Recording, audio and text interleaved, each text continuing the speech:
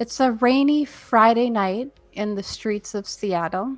The neon lights plastered all over the buildings around you are amplified by the reflections in the puddles forming the gutters and bouncing off the see through umbrellas that are being held by souped up exotics trying their best to keep their implanted fur and ears dry. The little Tokyo district in Seattle boasts futuristic skyscrapers that have a distinct design to them that reflects little pieces of old Japanese architecture. Floating neon lanterns decorate the main streets, and in the midst of the sprawling concrete jungle, you come across the odd sakura blossom tree planted in an effort to improve the district's image. Tall buildings are linked together in their midsection with long, beautifully constructed bridges, and most businesses that have the space on them have sold portions of their surface to serve as billboards for various megacorp products. Don't let looks deceive you. As quaint as this area of the city appears, the civilians here are rough around the edges, and the back lanes, underpasses, and cozy shops often serve as drop points for some of the shadiest deals in the country. Having been told by your reliable and extremely erratic contact, Delilah Rogers, each of you are looking to head to the Fringe tonight, at the heart of the little Tokyo district, and you were told to look good. This nightclub has a well-loved brain dance equipped at the back, out of out of the view of prying eyes of the dance floor. You're to go to the hub at the back and interface with any of the stations if you're interested in obtaining the deets of the job she has for you. Very expertly coming off the highway, pushing his speeds to the maximum that he could without risking wrecking his vehicle, is Shanks. You want to tell us about your character? A young man in his mid to late 20s, hard to tell after all the work he's had done, sitting behind the wheel with his collar popped and a leather racing jacket, cigarette hanging out of the side of his mouth. He has one hand on the wheel, but at these speeds would normally be insanely dangerous, but coming from his wrist is a small jack that's hooked into the vehicle, and he's driving it with his mind. He feels every turn, feels the acceleration, everything, grips the road as he swerves in and out of traffic, avoiding every obstacle, including a few pedestrians. Pulls up towards the club, and he slams on the brake, seemingly too late. But as he does so, vents open up in the front of the hood, and exhaust burns out the front, slowing the vehicle significantly. The G-forces he experiences are incredible. He doesn't even drop his cigarette. The car comes to a stop, opens the door, stands up, stretches out, makes sure his pistols are tucked in under his jacket, says, "Lock up," and the car armor over the windows and everything as he strolls up to the door. All right. In another area of Seattle, in an apartment that is only lit by a few small lights that are kind of shining over a few pieces of like wiring and various technological projects that he's been working on all week. There's just like this dim light coming through these shutters that are blocking the light from outside, which is like it's a blaring, like obnoxious neon, just barrage of light that he constantly is looking across at.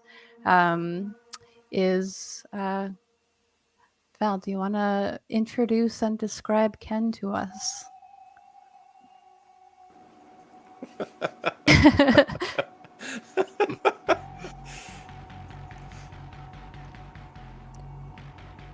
Oh, you're muted. Sorry.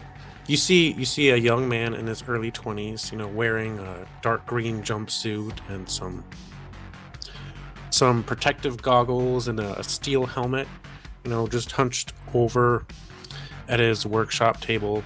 He He looks over at the clock. He's like, must be about time for Delilah's little project. So he brushes the things on the table to the side, makes it look a little neat. He doesn't really care as long as he knows where everything's at. And then he starts heading out of his apartment towards the area that Delilah mentioned. He doesn't really remember. He pulls it up on his phone, trying to figure out where it was at.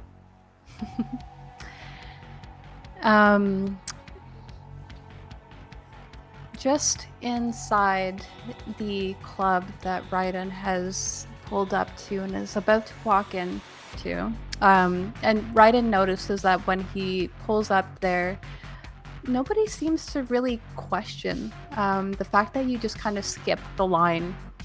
There seems to be a few nasty glares that get shot in his direction, but then they kind of look you up and down, and there's like a level of respect about how you pulled up just now.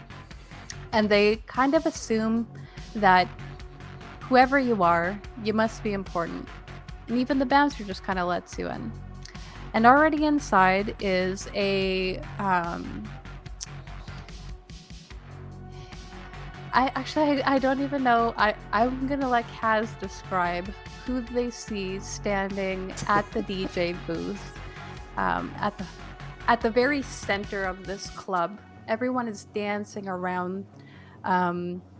You're very near the end of your shift. You kind of timed it so that as soon as your shift was over, you could go back into the back room for your meeting with Delilah. What did we see? You see a very scruffy looking soft Indian boy, I guess you could say, with cat ears. Just kind of to himself, just tuning a little electronic kalimba that's hooked up to the various doohickeys that make up the DJ's booth. And I'm kind of in my zone, just taking in the crowd, but also just very much focused in on what I'm doing. You every so once in a while, like, you have it down, you have it really timed where you, while you're playing with your kalimba, once in a while you feed it over the tune that is currently playing over the speakers at just the right moment, and the crowd just kind of goes wild.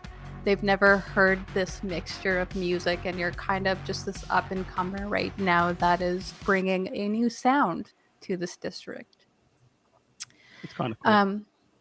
However, outside of Little Tokyo, in the ring, a very corporate, clean, state-of-the-art,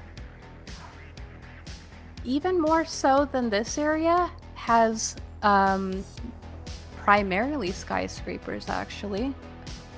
Pristine white on the outside rather than the concrete that you're used to.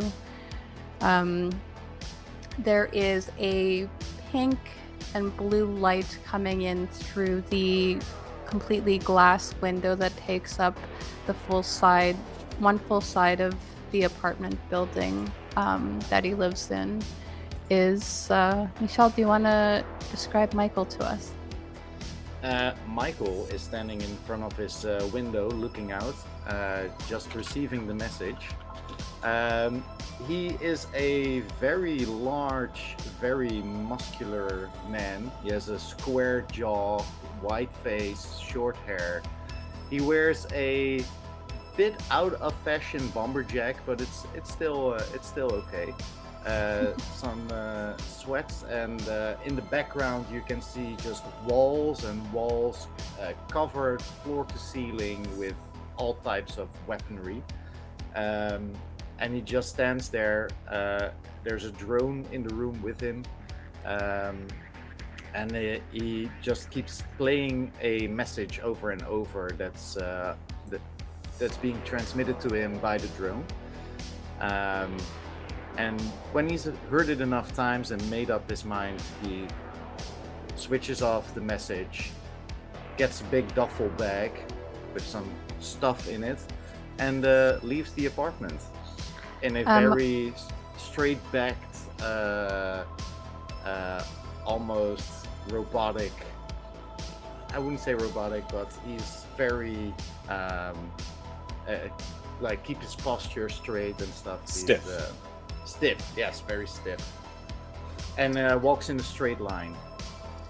Michael notices that as soon as he seems to make up a decision in his mind to go and sets it down for that one last time, he's probably picked this up at least a couple dozen times over the past 2 days as he's been mulling over this decision to go and meet Delilah. And he hasn't noticed anything about the drone that had showed up at his place.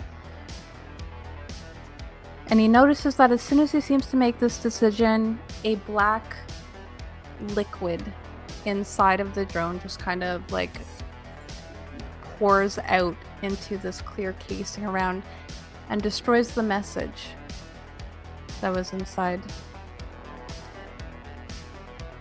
I assume that I'm not unfamiliar with this method.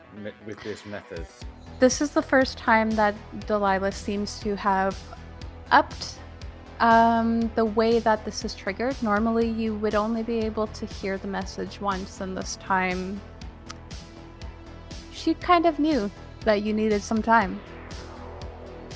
All right. So I would say that Ken and Michael, you actually see Raiden pull up here. You guys are both waiting in line. You're probably maybe 4 people back. You guys are right beside each other. Ken probably made it here first, living closer. And you see Raiden pull up, go inside like nobody's business, and it takes you about 15 minutes or so before you make it to the front. And at the front is a very souped up, as they say, human male with green eyes, shaved head, but most of his face is mechanical, even his jaw. He's wearing a very nice, pristine suit. And he looks over Ken and then also Michael. Why should I let you guys in here? Because I What? need to be inside. That's what they all say. Yes, but I really need to be inside. And yourself? Looks to Ken. Hey, we're just here to have fun, right? That's I'm not here to have fun. I'm here on a mission. Please let me pass. Can you roll whatever you think would be the closest equivalent of what you're using for either intimidate or yeah. Oh yeah, first roll. You got So this. yeah, I would definitely, I wouldn't like consciously try to intimidate him, but I am a very large man, so You're really imposing at the moment, and you don't seem like you're gonna back down. right. So yeah, what would you need for that? So I have the strength feat. I can use my body score, maybe my cool. If you're just trying to be imposing, Yeah, there's Yeah, a great cool. intimidate check. whatever you think would be the most Michael way to do this is what I'm gonna allow, because there are like 40 There's so many. 40 skills. Yeah, I know. So I don't even know half of the stuff that I can do. So intimidate or would probably be the most accurate, though you could also say that your strength score, if you're gonna just try to be tall and imposing. So you Yeah. add intimidate and you're cool to that roll.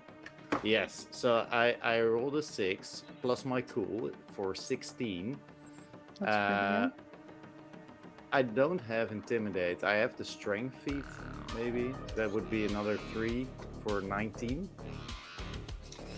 But I 16 think is pretty good in itself. Yeah. All right. Well. so- keep it at 16. So Michael is standing pretty imposingly, and he's like, "You know what? I feel like you're gonna cause more problems if I just don't allow you in here. So just, I want to might. get off early." And he just kind of like gestures Michael in ahead of Ken, and yeah, of course we're all here to have fun. That's why it's a fucking nightclub, you know? What? Everybody here wants to have fun. I can only let in a certain amount of people. What are you gonna add to the atmosphere in there? This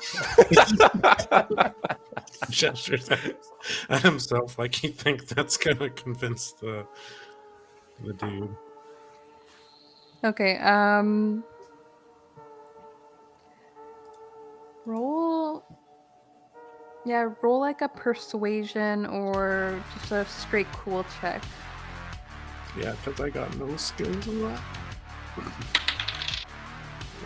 That's a Also, one if you to a total of 10. I rolled a total of one. 10. What is your... I want to know a specific score, actually, of yours. Because I want to know what they're looking at the moment. Do Meanwhile, you have all hear anything in... gunfire. Do you have anything in your, like, attractiveness? Yes, I have a total of 2. Nice. So, this is what happens. The guy's just like, you know what? You're gonna need to find a different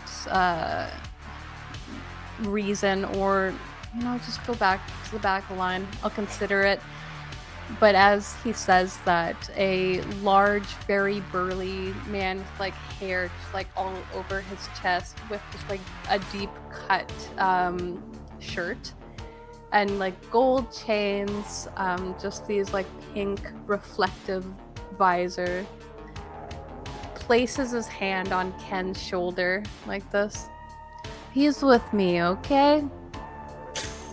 He wasn't joking when he said he wanted to have a little fun, and he gives a wink to the guy at the bouncer.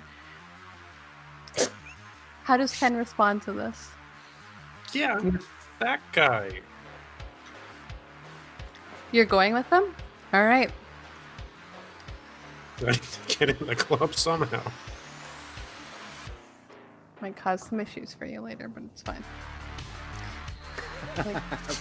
Like, you guys seem like an unlikely pairing, but I'm not one to judge. You know, just last week well, you know, you don't want to hear about that.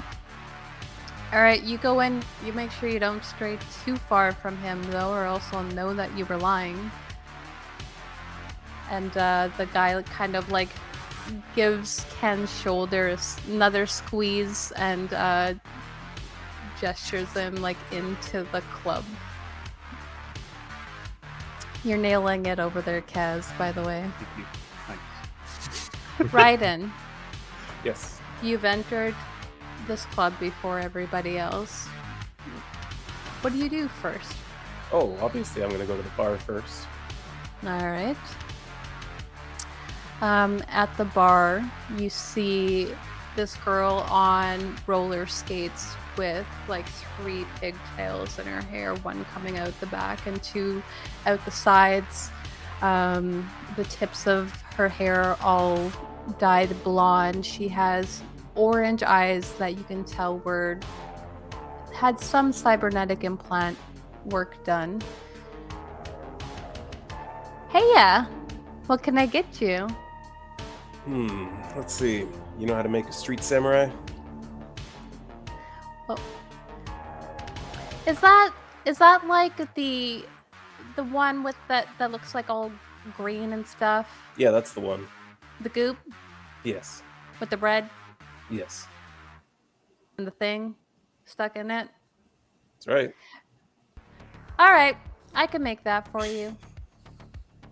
And she kind of like goes back to the bar, and she when she comes back, you do see that it's almost like a martini, but there's just like this red gelatin stuff just like sploshed into it, and like skewered right in the center of that red blob is just, it's not a toothpick, but kind of like those little plastic swords that you can get that kind of like skewer through olives. It's just that in there instead of any olives in it, and she hands it over to you. You gonna pay for that? Oh, I thought you were just offering. Well, what do I get out of it? Oh, maybe I can come back when you're off work.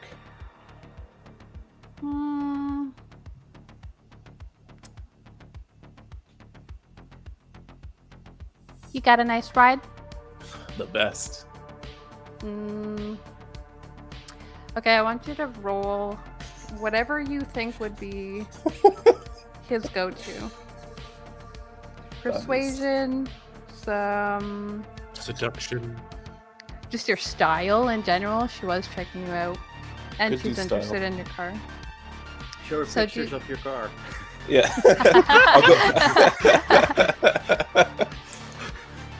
All right, so that's going to be 22. Yeah. She just kind of like curls one of her pigtails. It's been a while since I went home with some strange guy here.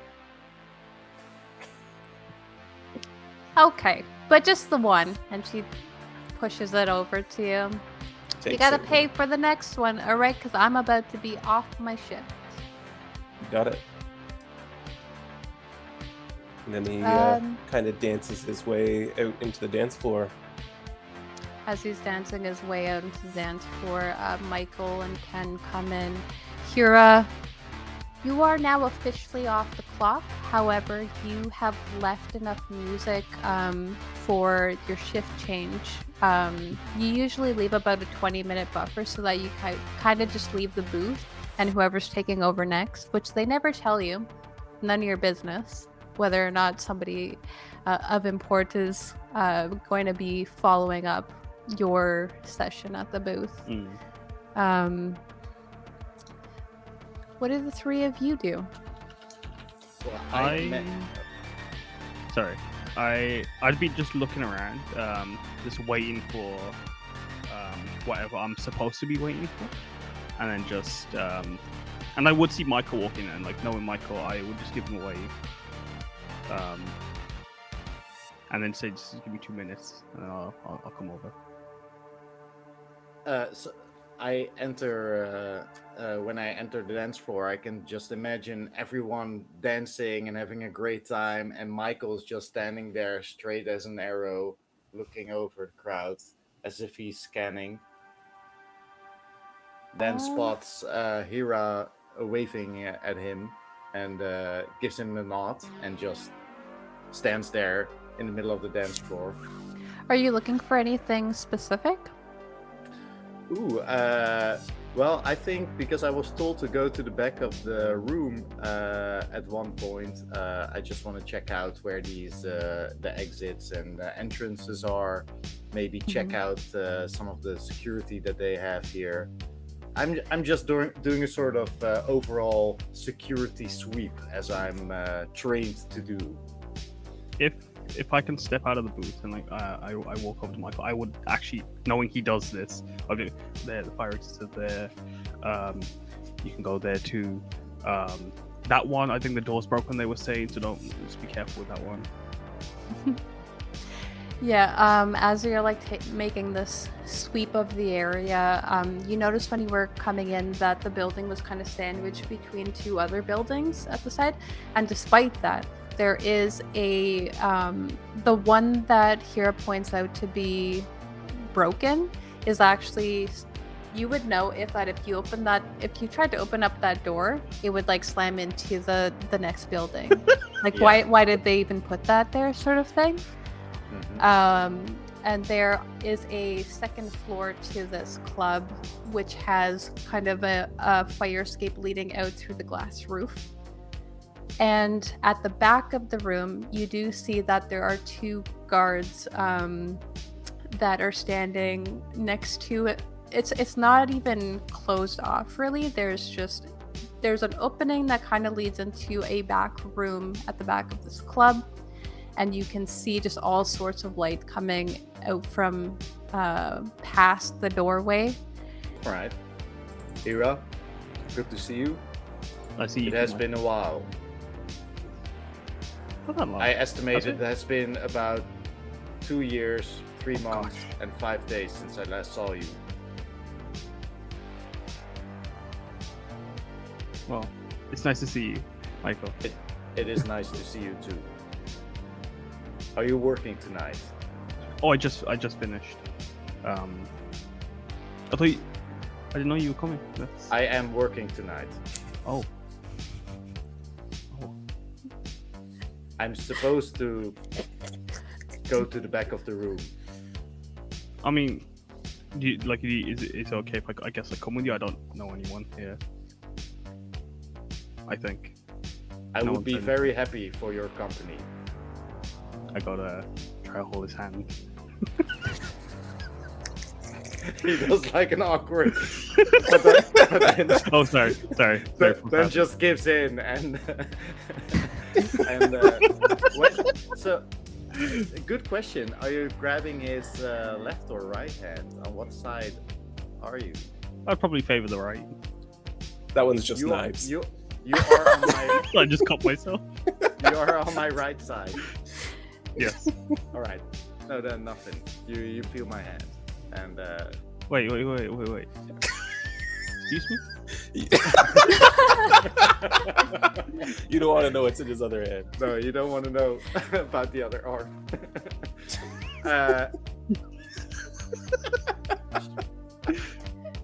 Shall we then? Or is it customary to order a drink at the bar? Ken is standing right next to this whole scene with it. By the way. Maybe. I haven't gotten a drink tonight. I had some water. Do you want a drink, Hira? Yes, please. Let's Is go Ken to a the bar. Is Ken a fairly perceptive person? With those goggles, yes. He sees everything. That's pretty not me. Would that be under? Like, I don't think I have. There's like awareness. Yeah.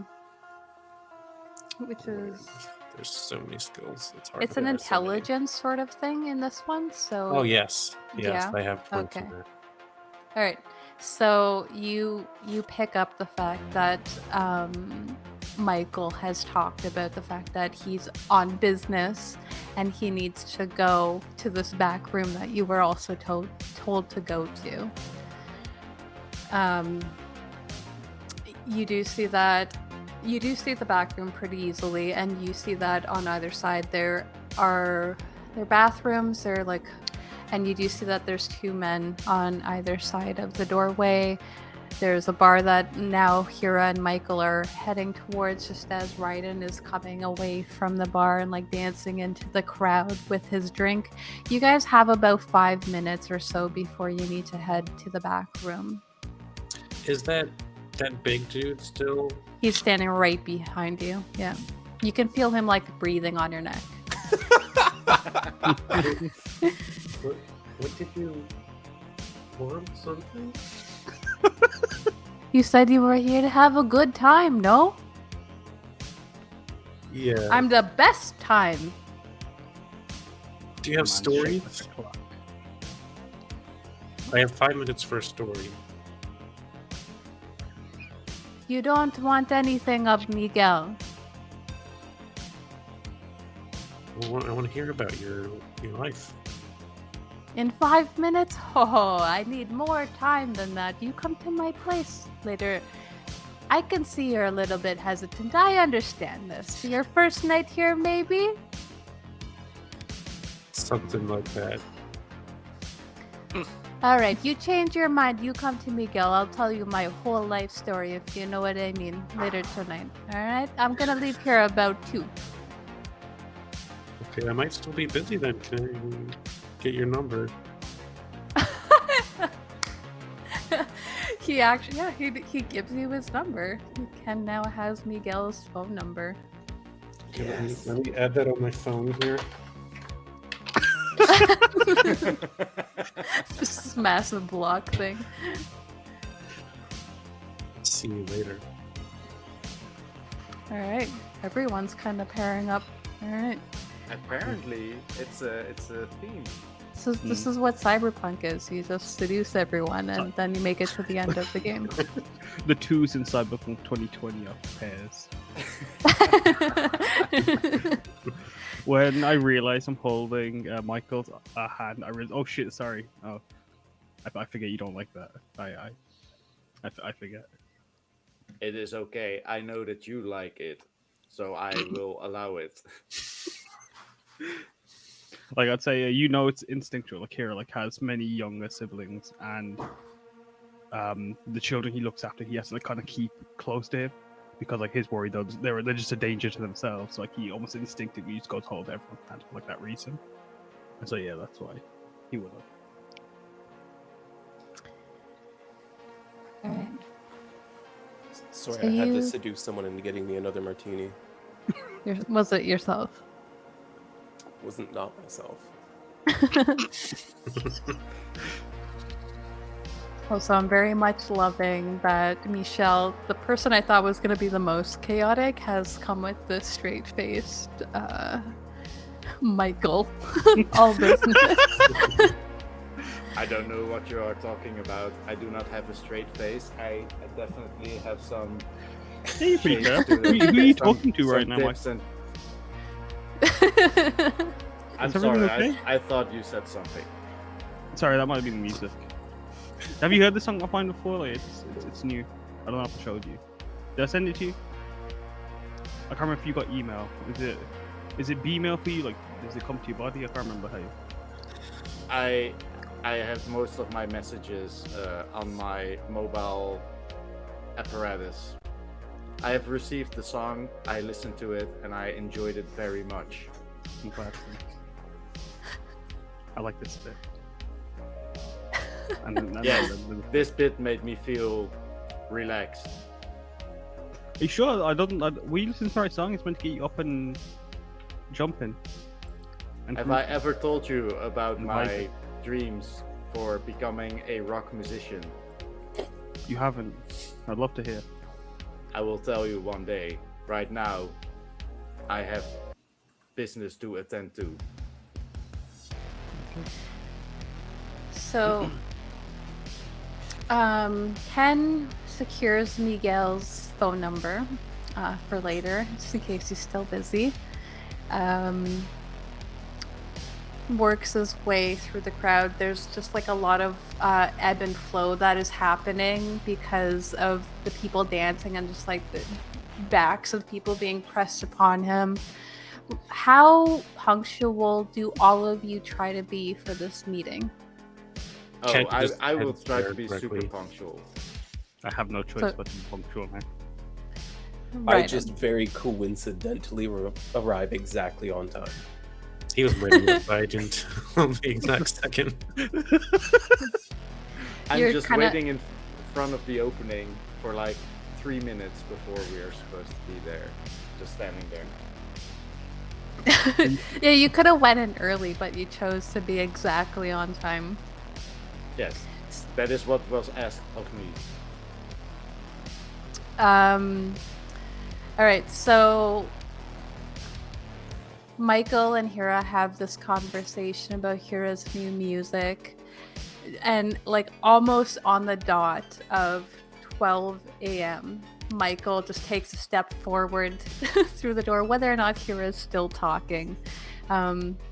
Ken also makes his way through there. Finally, it takes like you have to go like a roundabout way just because people are like kind of pushing and shoving you and hitting on you the whole time that you were trying to make your way across this club. Raiden is a little bit more smooth and used to this. He is also hitting on people, I assume, as he goes past them. So the flow of the crowd kind of lets him in a little bit more easily than Ken does, and you guys all arrive here at this back room at midnight, just as Delilah had told you to.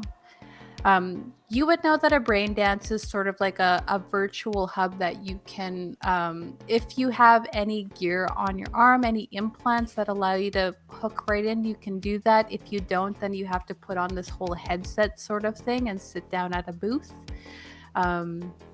Either way, when you come in, you see that there are 4 rows of these hubs that you were told to meet her at. Each row has about 5 on it. They're all labeled 1 to 4 for the rows, and then 1 to 5 for each station in the row. If you guys make any sort of particular move towards any one, there's only about 3 that are taken up, and they're all completely like interspersed throughout the rows. Ken is trying to go towards the one that's closest to the exit. Lucky number Alright. 33 for me. 33. Walk in a straight line to the one that's closest to me. So Ken and Michael are both trying to take the first one in the first row. You guys both arrive at the exact same time to this one. Raiden just kind of wanders and he's still dancing, even though in this back room it's a little bit more muffled back here. And then Raiden actually kind of notices this guy with the cat ears as a message that he got 2 days ago from Delilah Rogers. Someone named Hira was mentioned to him. The music that he was listening to that night. Hey, And- wait a second. Yep. You're that guy, right? Hira. Oh yeah, no, yeah, that's me. Hi. Weren't you with them? What happened to your band? Well, creative differences, you could say. Well- I wanted to try some new stuff. They didn't. That new stuff's this actually. Well, damn, man. That electric kalimba is something. It is. It's up and coming, you could say. It was a steal of a fight. Oh, trust me, lots of people are coming. That's good. I'm glad you like it. Hey, what are you doing here? Oh, well, I was just doing the music, and my friend Michael is having a meeting, so I'm just hanging around for a bit. You? Oh, I got something going on. Life on the edge, you know. He kind of just backs away, still like dancing a little bit. That's cool. Let's go back to lurking on the walls.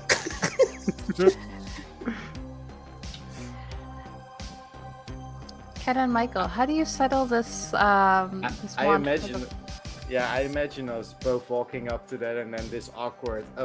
Yeah, no, yeah, okay, you, and then no, and then I say, sorry, I have to use this machine. Okay. Ken's gonna look a little dejected, and he's gonna go to the one right next to it. Yep.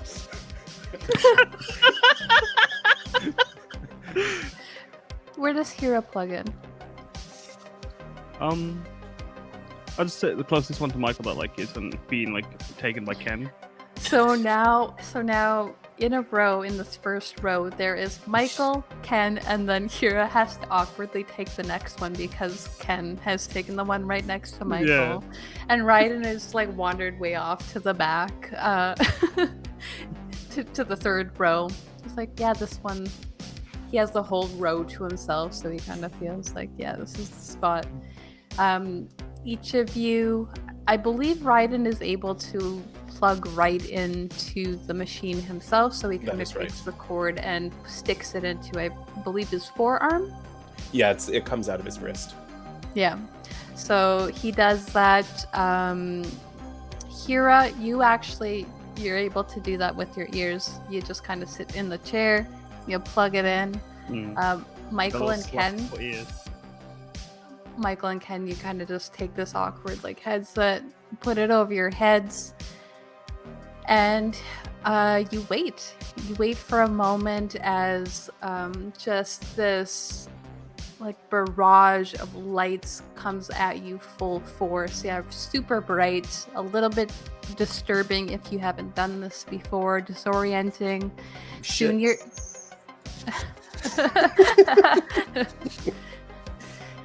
and it takes a moment, but you are now in the net, and you are projecting yourselves as you guys see yourselves, like at the very core, like who you really want to be.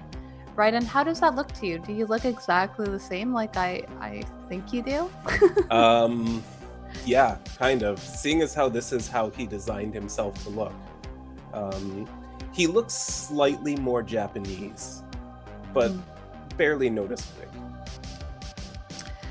Ken, what do you look like in the heart of Ken, who he wants to be if he were like, yeah, this is like peak Ken? So he doesn't look all that different, because like the jumpsuit he's wearing might look a little bit more flashier. He might have 10-20 pounds more muscle.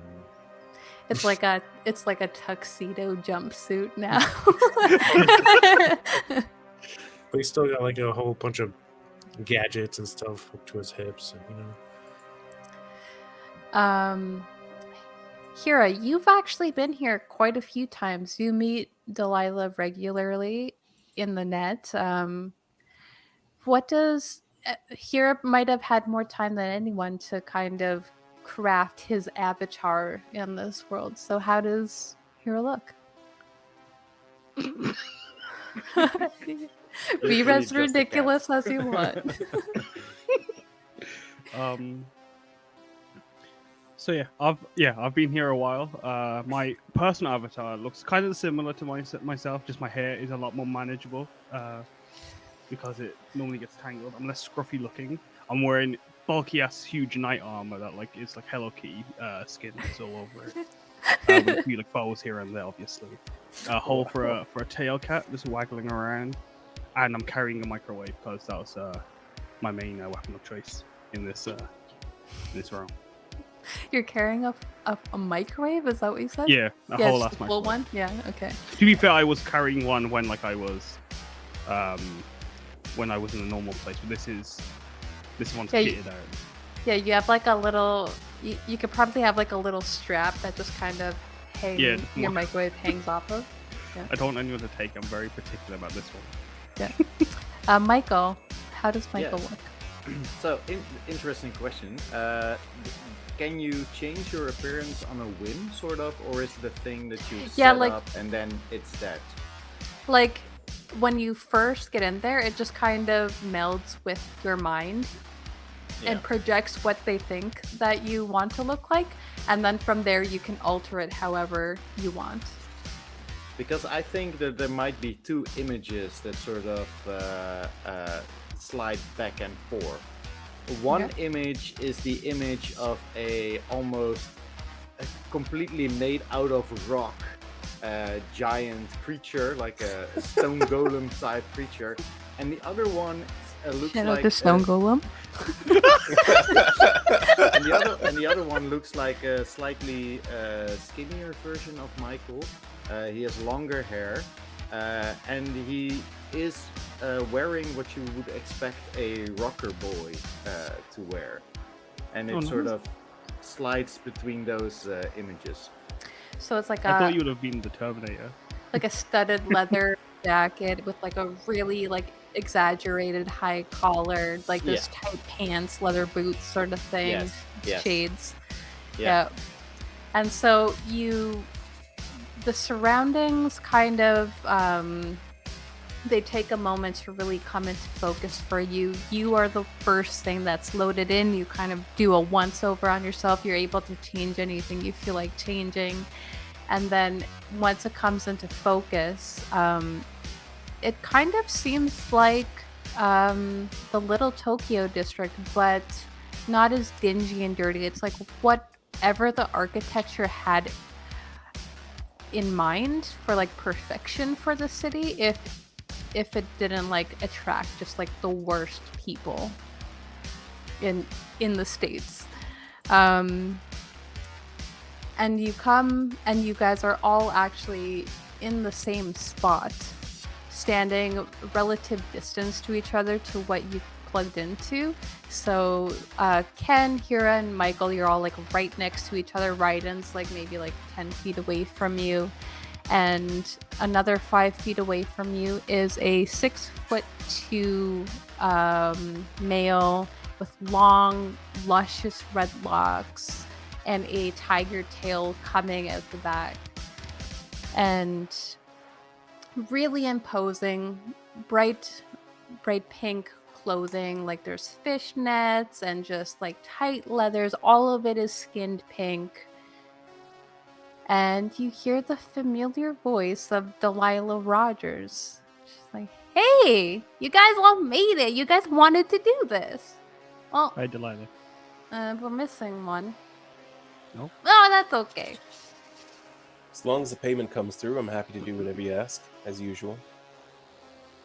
Oh, I feel like you want more than payment, though, don't you? A little bit of status, right? Well, if we could remove a certain negative status and get me back in the races. That's what I'm talking about. Mm-hmm. And all of you, you thought it over? And she looks at Michael. Yes, I thought it over. I know you two would be easy, and she kind of like boops in the air at Ken and Hira. Friends are friends. So I bet you're wondering why you're here, right? No? Yes. You got a job, right? Yeah, I got a job, and it's going to pay like Congratulations. a okay, maybe not a bazillion dollars, but like lots of money, and you guys can all get things that I know, that you want. I'm mostly interested in that part. Yeah, of course, like that's a thing that you want, so that makes sense that that's what you want out of the situation. Why? And What's she got on you? I have to be honest, I'm here because you've been a reliable resource in the past, and I really hope that this lead will not disappoint. That is just what every girl wants to hear. Is it? I start jotting it down on a notepad. There's just like this emotion that like kind of gets visualized, where just like these like this hearts just kind of bubble up and dissipate out of this like 6'2" man standing in front of you. Well, okay. I'm glad that you guys kind of met me here, because if I had to tell you in all those messages, then those messages could have been found, especially yours. And she points to Michael. You know, you really got to be more trusting, because when I have to leave for a really long time, then the message could be found. And that's not great for me. I know, and leave I a do trail. appreciate. I know, and I do appreciate that you made these special arrangements for me. Okay. Might be so special. Hira, you kind of already know where we're going tonight. We are going to a party. Oh yeah. Oh, things are looking up then. Yeah, you like parties, don't you? I sure do. Mm-hmm. Although the last party you sent me to, Trish showed up. That's not going to happen again, is it? Anyway, Oh, fuck. Is this Trish anyone we should know about that can cause trouble? Oh, she's definitely going to cause trouble, but I don't think she'd see any of you as a threat. What's that mean? And what? Like, why would she see us as a threat? What? Like, what? Who does that? Is that normal? I'm not scared. for Me, her my being a huge threat. Kawakiti armor. Isn't it better to? Isn't would it you better see if us as a people threat? don't Why see would- you as a threat? Yeah, Yeah, like I said, you right. got nothing to worry about. Don't worry. How did I even get But this now in I'm here? only worried. Yeah, he pulls a drink out of nowhere.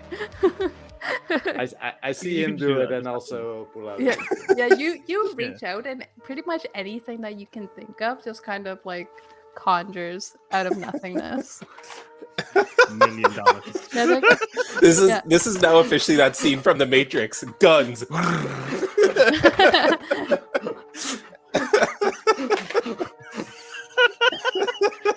You know what?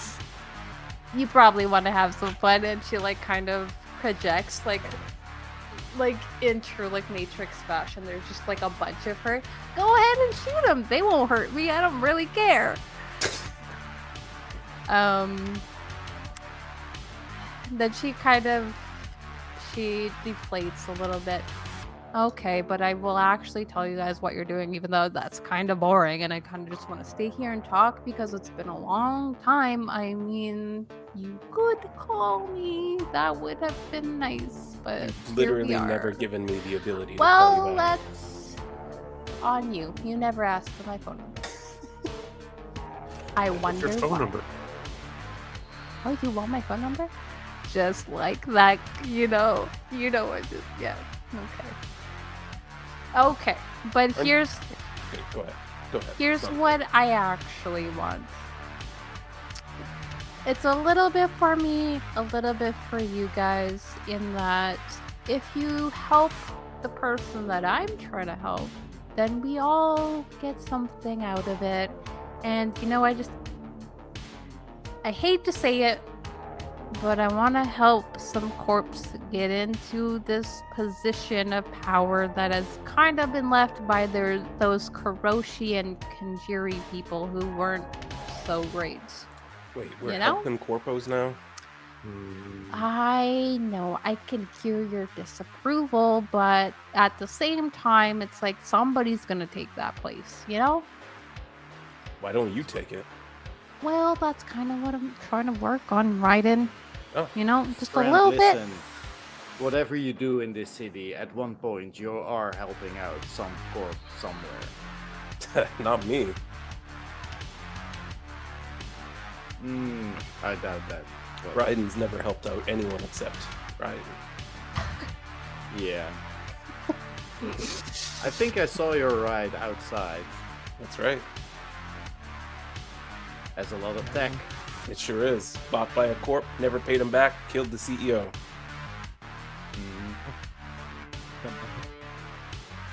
Interesting story. It's true, Delilah hired me to do it. Delilah's just like looking back and forth between this exchange. Okay. Anyway, we're going to a party tonight. Well, you're going to a party. I'm not going. You guys don't get to see me in real life. But what I need you to do is, well, Hira actually has a gig there tonight at this party. It's in the Ring. I don't know if you guys know about Zero Industries, but they're kind of like everything in the Ring. They make all the decisions. And I kind of need to mess with one of the people that they're considering to take over the Kanjiri and Kuroshi headquarters. So, Hira's gonna get you into the party. You're gonna pretend to be one of Hira's band members. But then once you're in the party, you guys kind of need to disperse and blend in. And, not mess this up. But I think there is something for, well, at least you two. And she points at Ken and Michael in, like at the same time. I believe there's something that you two will be very interested on her computer. And her being Dia French. You know Dia French, right? And she points to Michael. Dia French. If you can get access to her computer, I think you will find what you are both looking for. You know? But Thank you. I have something that I need to deliver to Dia and to her boyfriend. Her little boy toy. Hail, French.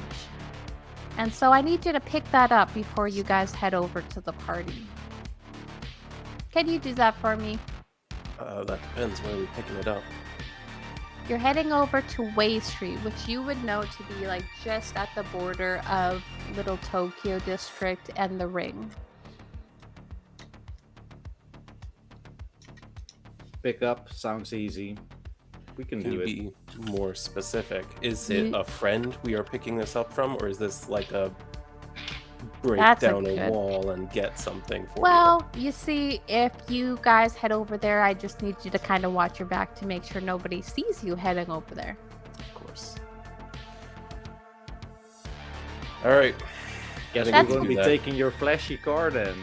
Well, we kind of need that because he's super fast. Yeah, we don't have a lot of time, I'm guessing. So. fair Yeah, I enough. kind of need you guys to also scatter once you deliver my package, though, just for your own good. Bye! And you guys just kind of close out of this. Wow. A small detail, I think the moment you said that we had to act like Hira's band members, you could see the rocker boy persona solidify in the image just a bit more.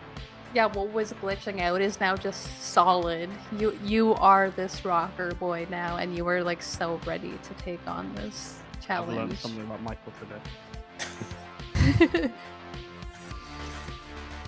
I've learned two things. He was in a band, and this is. All right. Well, enough's enough. Let's go do this then. And he disconnects. Michael disconnects as well. I'll join them. It's really disorienting when you guys go, except for Hira. Hira's pretty used to this. The three of you is just like, you were there for a second and she forcefully shut you out, which isn't supposed to be a thing, but she made it a thing. Is this what it feels like to be drunk? I think it's close. This is more like when you get dejected. being. I was joking. I know how it feels like to be drunk. I don't know when when you do that. Like I don't know what when you're being sarcastic. Maybe say like a /s or something. Like Please. this /s. Sure. Yes. Or it'd be a J because you're joking. You do S the was you do the slash. I'll do the S. /s. This seems like a very appropriate way to indicate a joke. /s. No, J is for joke. S was for sarcasm. Sorry, I was just giving it an example. Meanwhile, Give me Ryan the walks by the booth they're in and he just bangs his fist against the wall. Come on!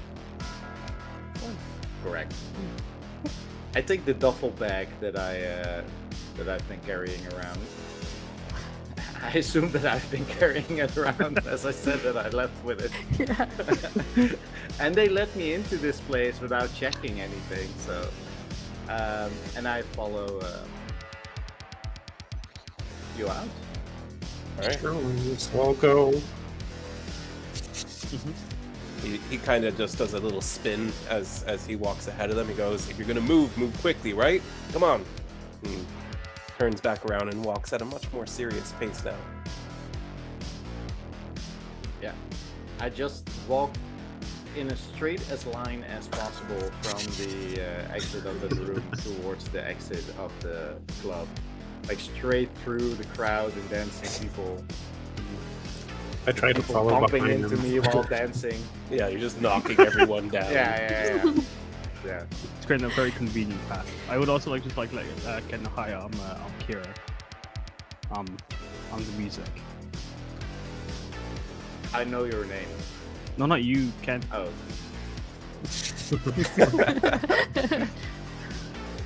I So am you very guys- excited about this mission. I know. So I you can guys make a straight line, and like if this were a video game, you could actually see -5 attitude towards Michael from the whole freaking club. They did not like that. Yeah. But you do make it through. But as you guys are filing out, Ken just hears, "What? You're not busy and now you're leaving? You're gonna call Miguel, right?" I told you I had something to do. That's why I got your number so I could call you later. So you come in here and then you these young pretty boys lately, and he just kind of wanders back into the You are very pretty, Ken. I don't know your name. You are very pretty, sir. he has a What's type. your name? My name's Ken. I said my name is Hira. Music is loud, to be fair. You're right. That's true. Yeah, I'm not used to these clubs.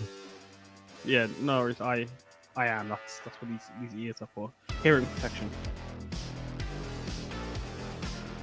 Well, and square waves and synth waves. Okay. A bit of vapor. Raiden, you lead everyone out onto the street. It's still raining. Very lightly though, like you could definitely pull this off as a style situation of like now you're like listening and stuff like that. How do you kind of like take off with your car? Do you enter and just kind of tell them all to like get in, losers, or do you kind of point out where you're going? So he comes through the door. He's the kind of guy, he opens both doors, comes stretching out into the rain. He heads down the stairs, quickly spins on a heel, leans back against the car and lights a cigarette, and waits for everyone else to be outside before he goes, all right, baby, open up. And the armor comes down from the glass, and the doors unlock, and you can see the lights on the inside turn on, though the engine hasn't started yet.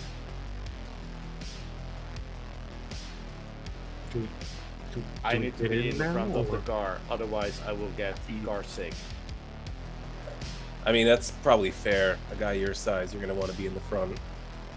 Yes, also that. Do you want to put your bag in the trunk? Yes, please. Will the trunk allow me easy access to my gear? Oh, we can get it if we need to. Fine.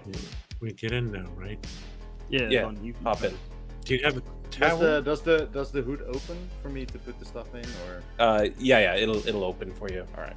Yeah. Do you have towel? I don't want to get your seats dirty. It's all wet. Oh, that's fine. The seats are all coated in a special nanofiber. It'll just evaporate right off the seat. I don't like the implications of this feature. No The three- liquids or bodily fluids. You can absorb yeah, into it. yeah, that's where I wasn't going. The three of you enter the vehicle, and just as Hira's trying to go in, he feels like a soft tug at his arm. No. Turning to look, you see The police caught me, don't worry. an ambulance. Just act cool. You being arrested? I did nothing. It did. We're working kind this of in fit now, the you're- feel. Very busy There you city. You see a very tall, like thin woman who has like exact replica ears of yours, and she's holding out her arm, which is like half of it is mechanical, but like the upper half is still natural. You're Hira, right? Yeah. Yes.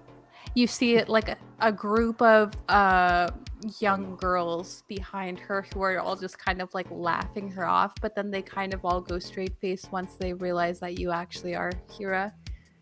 See, they didn't believe me. Also, they don't get your music like I do.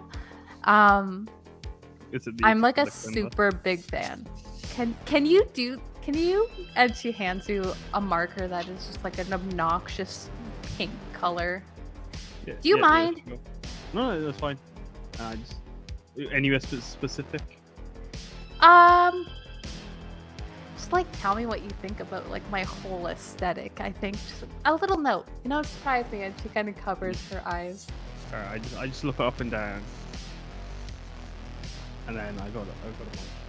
The ears are nice. And she looks at it and she kind of blushes. Okay, I think I might throw up, and she just like books it back to her friends, looking a little bit sick, but also super flustered. And when you get into the car, there's just like this. this kind of like moment of realization since you had this falling out with your band that you might be able to make it in this city. I had to go solo. You guys Me too, are baby. now heading towards this meeting point. So, yeah, but as Raiden gets in the car, he kind of like goes under the steering column with his hands, and you can hear several like keys turn, kind of thing. And then he goes, "Okay, start up," and it the loudest engine you've ever heard just roars to life. But then, yes, he takes off with blinding speed. And even like louder music to match, Oh, just yeah. so that you hear it over the noise of this car.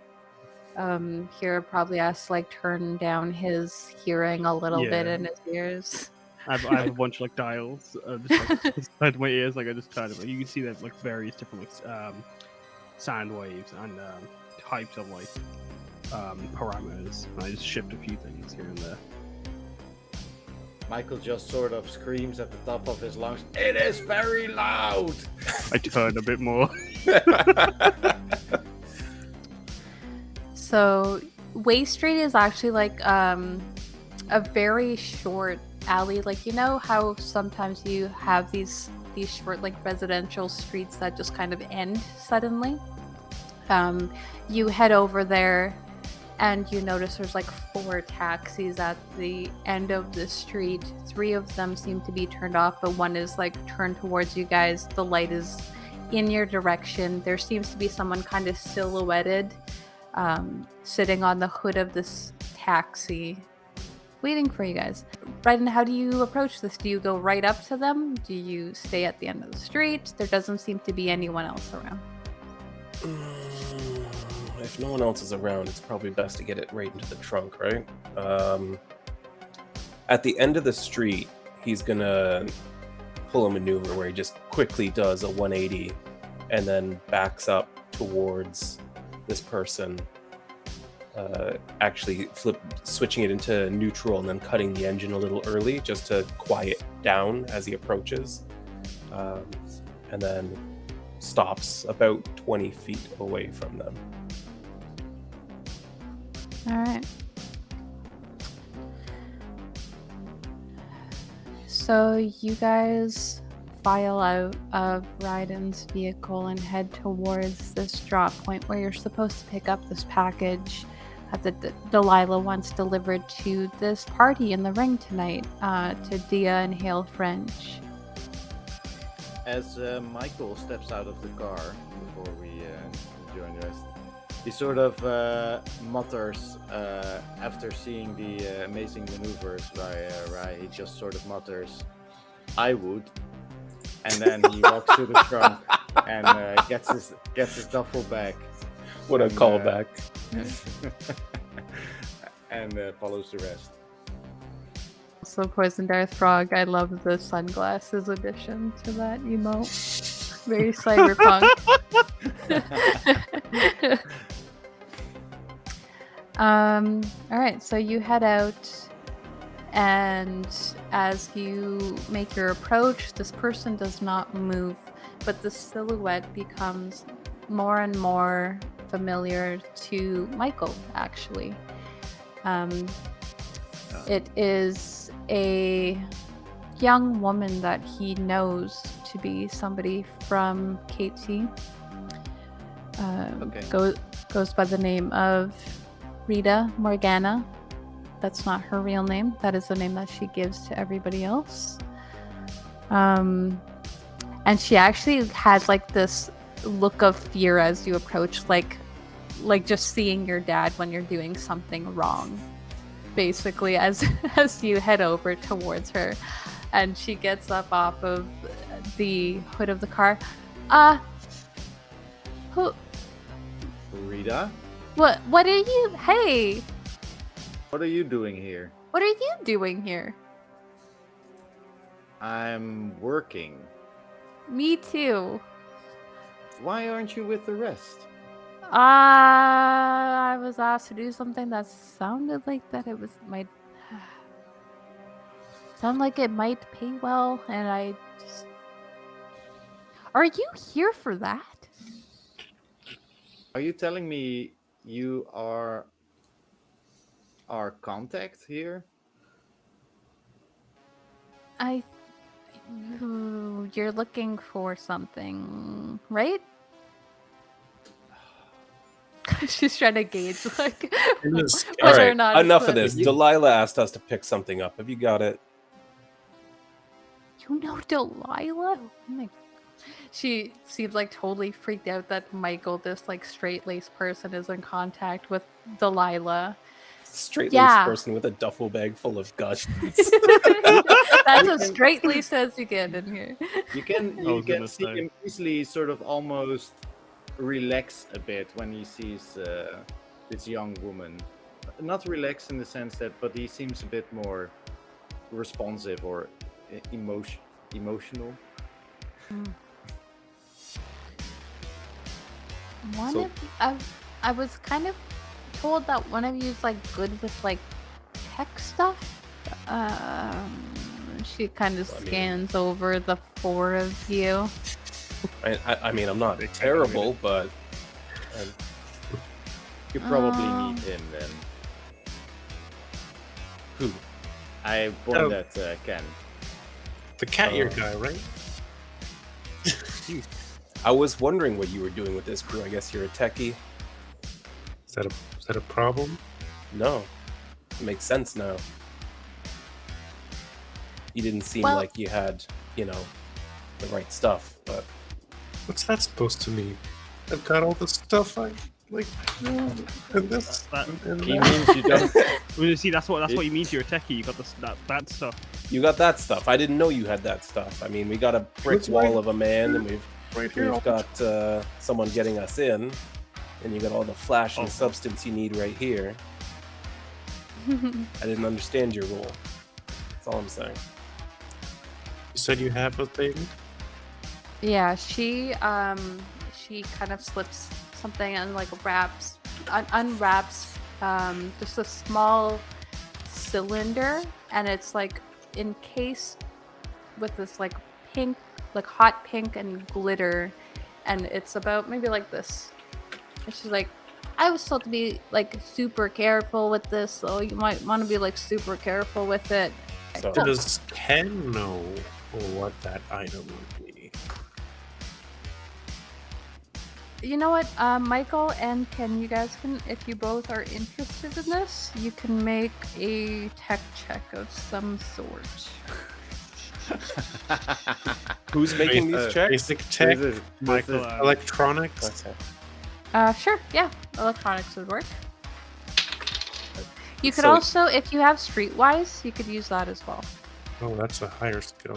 Ryden just leans over to When he Hira, needs that. and he's why like, do so he's just like, look at these morons obsessing over a giant pill. I know, she's like, Total you of cut it up and total of swallow it in the water. 27. Easy. Massage your throat. Go down like a pill. Mid-treat. Sorry. That's streetwise. Mash it up in some bananas or something. Exactly. See, you get it. You look I like got fan. a 15 on you. demolitions.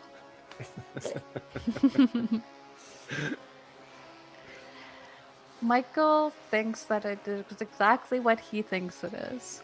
All right.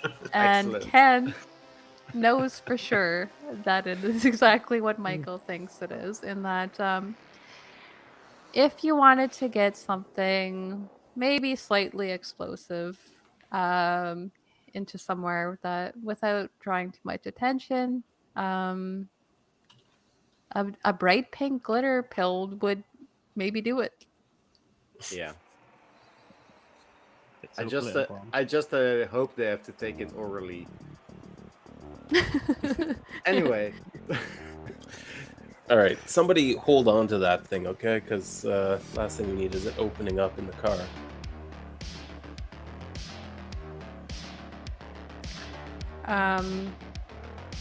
Then yeah, who does Ken? She passed it to you, so what do you do with it? Isn't it big? It's Yeah, pretty big. It's like this. It's like the Press size of your button. head. Let me do some calculations here. I gotta figure out which pocket is the best. I just imagine you wearing like a fanny pack. Yeah. He's wearing a jumpsuit, like a mechanic's jumpsuit almost, Oh, yeah. and so I feel like you could have like a big loose pocket on it. that you Just could shoves it put- down, and now he looks pregnant. I think there should be like a khaki flap or something on my thigh. I'm gonna stick it in. Yeah, you stick it in there, and it's not totally like discreet or anything, but you don't see the pink glitterness of it. And she, as you guys are kind of like leaving, she's like, "Oh, crap! Sorry, actually, Hira here. You're supposed to take this as well." And she like hands you 4 kind of badges that are on a lanyard. There's it looks like sort of access to the private event that's happening. You guys can Thank like you. take the service elevator. I think I've never been to the ring, so good luck. You too. As everyone turns around to walk back towards the car, I face Rita once more, and I say, with some concern on my face, I hope you get paid well for this, but stay away from Delilah. I mean, This is like I'm dangerous not, stuff. Michael. I'm not doing like I'm not shooting people or like doing any like drugs or anything. It's just Do you delivering stuff to realize you were people. carrying an explosive device? She was Is that what that was? You could have been blown up. I did not drive carefully enough for that, and you just see like there's a sheen of sweat on her face now. I can see on your surprised Pikachu face that you did not know. Anyway, let this be a lesson. Jobs for Delilah can be dangerous. Let me handle this. Oh, they're always dangerous. I'm not there. Don't worry about me. And I'm busy handing a lanyard out to you. I appreciate you trying to earn some money, but there are better ways. Okay. I was just trying to help. My gosh, there was an explosive, and you hear her like it's kind of mildly panicking to herself. If you want help, if you want to help or want a job, you know that you can always call me.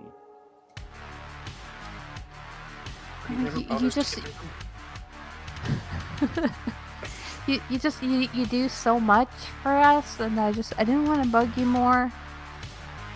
It's okay. I like doing these things for you. I need to do these things for you all. Okay, Go home.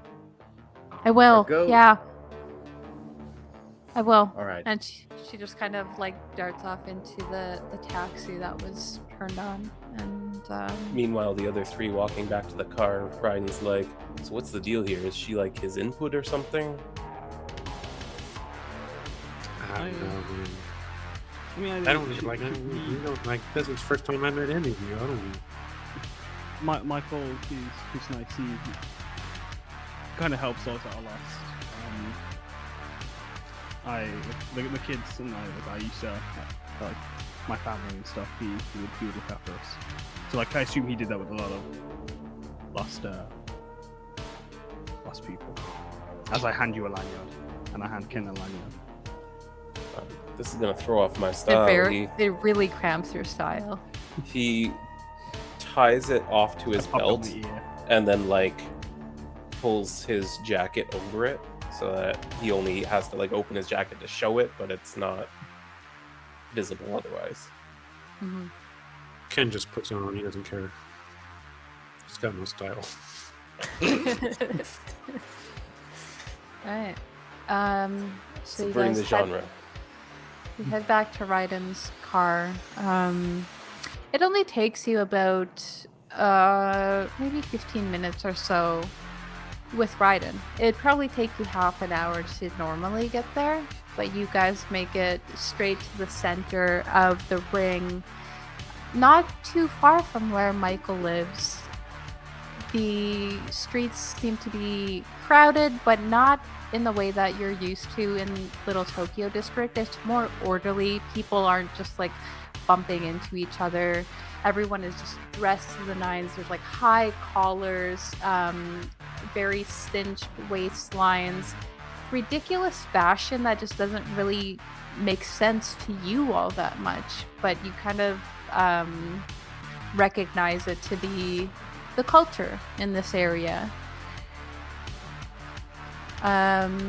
You otherwise don't really fit in here, aside from the fact that you guys have these passes to go to this event at Zero Industries headquarters, which is a very tall building that, even though normally in this area you would find little parks on top of each building, this one is just straight up like corporate, just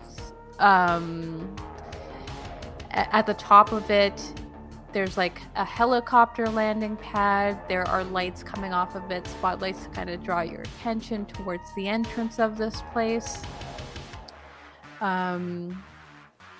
You only currently see like a front entrance right now, but yeah, what do you do with that? How do you approach this situation?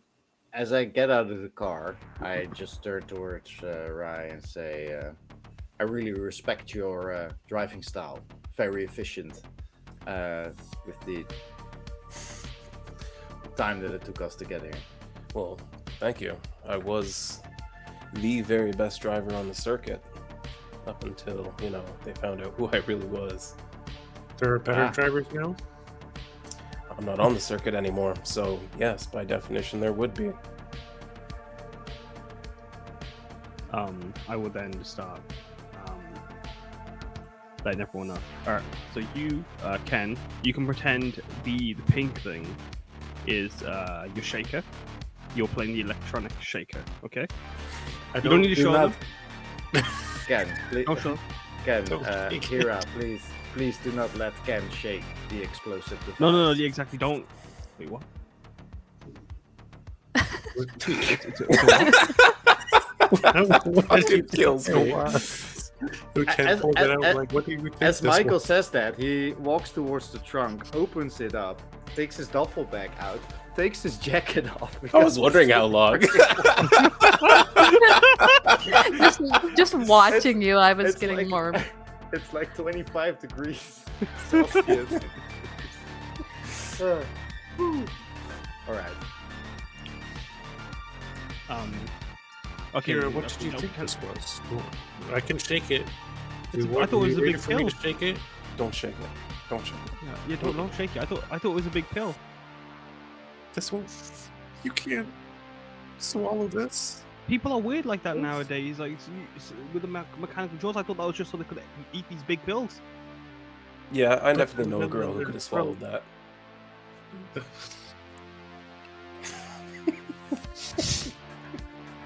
Could she unhinge her jaw? She could do lots of things. This was Trish.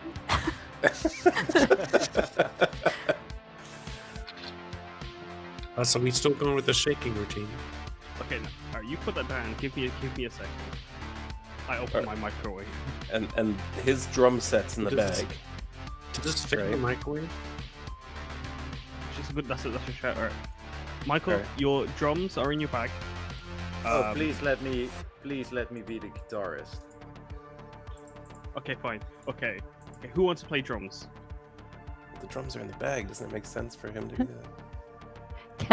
It would actually fit in the microwave if that was a serious question. Oh, you don't want to microwave that thing.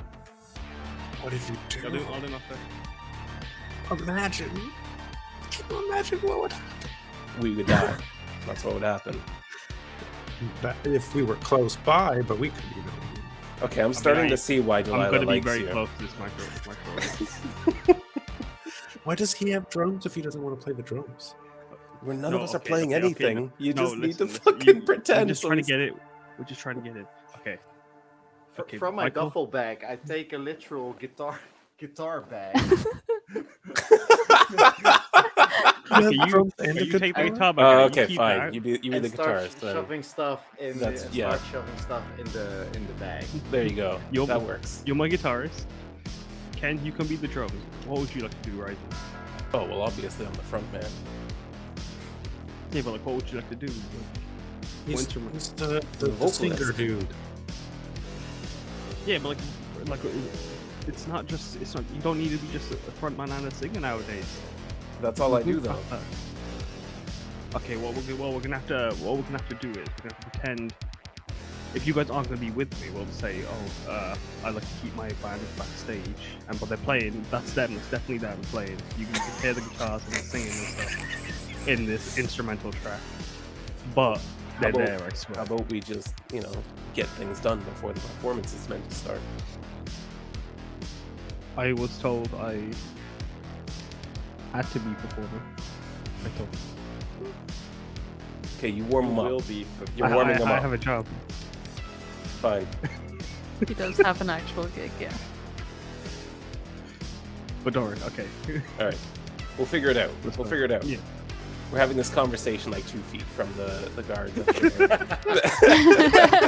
I wanted Wait, to have it in the if car, you but like I prete- couldn't. If you pretend to be the roadie and I pretend to be the drummer and he pretends to be the guitarist, but then we switch it around and we're having this conversation in front of them. Oh no, they know I am actually playing. So, like you're my group. You're my All right. band. All right, you just lead the way, and if anyone questions us, I'll just shoot him twice. I like that approach. Double tap. Nice. My man. respect for you went even more up now. I'm just over here like what? He opens up his jacket, and you can actually see inside, on shoulder holsters, he's got 2 Enfield Spitfire double taps. They're actually called that because they fire 2 rounds when you pull the trigger. Awesome. Ken is just gonna pick up the I drum. open like, up the we guitar need to bag. go.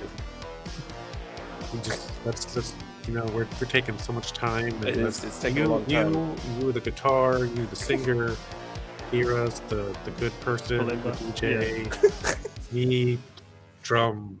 Let's go. He just shoves Hira forward. So you guys are going through the front door of Yeah. this place. Mm. All right. I wasn't called about it. So, yeah, you weren't given much information about this service elevator that was mentioned. So you head through the front.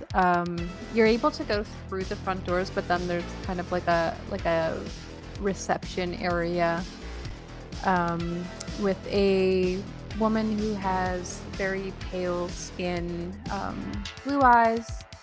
She has really pin straight blonde hair, and she is dressed pretty plainly compared to everyone else around here, in that she just has like a white blouse and some black slacks and some black pumps. And she's holding out a clipboard and kind of checking people off as she recognizes them as they pass by. And when you guys approach, she kind of does a quick scan, doesn't see all of your lanyards, and she's like, hello, can I help you? Hi, where's some of the entertainment? You're As gonna I have try to to, be like, more get, specific than that. We're the Pull band. Raiden's lanyard. We'll try to get Raiden's lanyard. He moves his jacket aside just a touch so she can see it on his belt. You're gonna have to move that so Hira. that people don't confuse you, you know? Oh, there's no confusing me. Don't worry about it. Oh, okay. You're Hira. Ignore him, please. No, I'm here. It's right here. Yeah. I was Yeah. told. I mean, it said that there were gonna be 4 others. I only see 3 others aside from you. Our bassist got ill. He OD'd. Oh, I guess that happens. Sorry for bringing that up. Oh. It's fine. Okay. Well, you could go. You could go in. There's that, and she points. Everyone else seems to be going through there's like 3 really like double door elevators down the hallway, but then there's one that's just kind of like a single door, very not even really lit. That is for people who are working here tonight. If you want to take that elevator, all of the other ones are reserved for guests, so please respect that.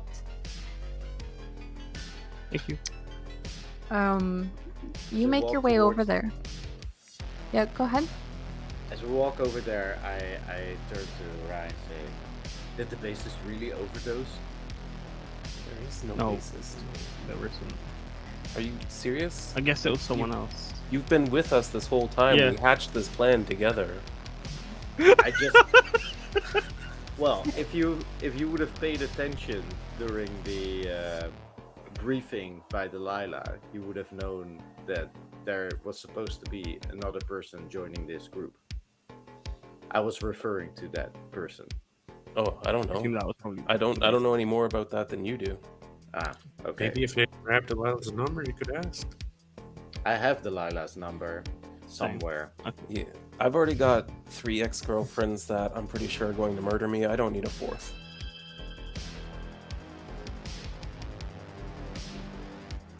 Well, whatever. Let's Ken's let's in go with to that the number. elevator. Ken's just works. Walking. So, just a reminder, you guys were told to get into this party and then kind of blend in once you were there. So, you heading into this service elevator, you come up, it goes all the way like 200 floors up and straight to this penthouse sort of lobby at the top of Zero Industries. And you come out, guests are making their way out before you because the service elevator is near the back. It is pretty crowded in here. You don't hear any music yet. You assume because Hira is supposed to be arriving any moment now. And yeah, what's the first thing you do? I'm gonna actually take you over to a map now. We have a map for this yeah. place. Ooh. God, I forgot my token was that. So, regardless of what the map looks like, I'm gonna head straight for the bar. Get myself Okay. another street samurai and find some pretty rich young little thing to grind up against for a while. Just, I'd ask Michael if you want to go looking for fire exits, because I'm going to do that anyway. And I Yeah. know he likes to do that. Yes, I will join you checking out, spotting all our exits, entrances, security cams, security guards, You're more Oh. perceptive than me. all that stuff. I'd ask Ken if he wants to join. Ken is gonna hang back at the elevator just for maybe a few minutes. I want to do a silly thing. Okay. Thinking back to the fast car ride that we've been in, Ken wants to jury rig the elevator so that the next time they get into it, it'll like plummet down really fast, but like stop, slowly at All the right. bottom. Yeah. So give me. I mean, you have the skill for it. Give me the jury rig check. I love this. Awesome. It's a Yeah. 19. All right. You are pretty confident that this elevator will now get you a quick escape out of here if you need it. And then Ken is gonna start seeing if he can, I don't know, see any doors or anything that looks like the room that would be where the computer would be at. Okay, so I would like then Raiden to give me a general attractiveness check, and I would like Hira and Michael to give me an awareness sort of check. You can use a different skill if you can swing it. Basically, would- present to me what you think would be the best skill, and we'll work out how to. Okay, so that's a 20 for me. Is it? It's a D20, isn't it? No, it's a D10 plus the skill plus the ability modifier that goes with it too. Also, we should be switching over to break in a minute or so. All right. Perfect. I think that I would just enter a place and my combat sense would kick in and would mark all the escape routes, places to take cover, that sort of stuff, guards, potential threats. So if you'd allow me, I would use combat sense to... Yeah, that makes sense to me. That's 9 plus 10 for a 19. I don't know if because it's my special ability as a solo. I don't know. Do you add any stats to that? It can be your if it's an awareness thing, it can be your awareness plus your career ability. Ah, okay. Yes. So yeah, I'll do that. My awareness is 0. Oh no, it's an 8. So 27. Jeez. Nice. Yeah, awareness notice. Raiden, Yes. you've made your way through the party, kind of mingling. You mesh pretty well here, actually. Now that you don't have these other people around you, you do your blending. They think your aesthetic is very. It's almost like a throwback to them. Like you are bringing back this Cyberpunk 2020 vibe to this party, who is trying to be more futuristic as the weeks go by. It's retro techno grunge. Exactly. Yeah, and so that's like an instant hit with them. They start questioning whether or not they are getting too far from their roots with their own fashion and style. You grab your drink from the bar. You are pretty successfully blended in to the party. Ken hangs back, is very successful at rigging the elevator to do exactly as he wants. Though I do have to ask, Ken, did you make it so that every single person who takes that would go fast, or just you specifically have a way of triggering this elevator? Yeah, it'd be like me just pushing in a specific button combination In a certain order? Yeah. Something that, unless you were a little kid 1, 2, trying 3, to 4. press buttons randomly, Yeah. it wouldn't happen. All right. Hira and Michael make their way into the party. Hira sees that there is a stage set up. Actually, there's 4 of them. There are 4 stages at this party. And I will show this map to the people who are watching. Or are these ones? Yes, there's like these cage-like platforms that are kind of set up with anything that you would need to plug in, and you would know from the style of party that the expectation is each of your band members would set up on their own stages if you had them. You wouldn't be sharing a stage with anybody. You guys are all kind of highlighted for each of the things that you do. And so you guys make your way into the party. You're looking for the exits. You see to the south are double doors that lead out onto a balcony that has more like tables, people getting drinks at them, but also a landing pad for a helicopter for those who want to arrive a little bit more stylishly.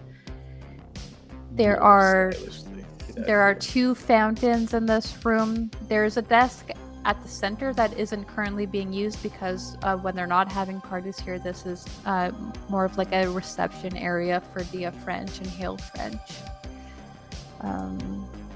You see that there are windows on either side of the building as you come out of this elevator area, and they're like right to the left is a washroom, and there's two other doors that you're not quite sure what they lead to that are on the northern side of the room. Michael, you notice, I'm going to actually put a more noticeable token down for you. Ryan's over here grinding on this NPC. All right. I think I sort of moved up here. And The two blue NPC tokens to the south are Dia and Hale French, and they kind of seem to just be scanning the party just as much as you guys are. all right. What do you do? Did we establish any form of communication between us? You did not. Right. Regardless, I'm Shut up. pressing. I'm pressing my finger to my ear and go like, target acquired.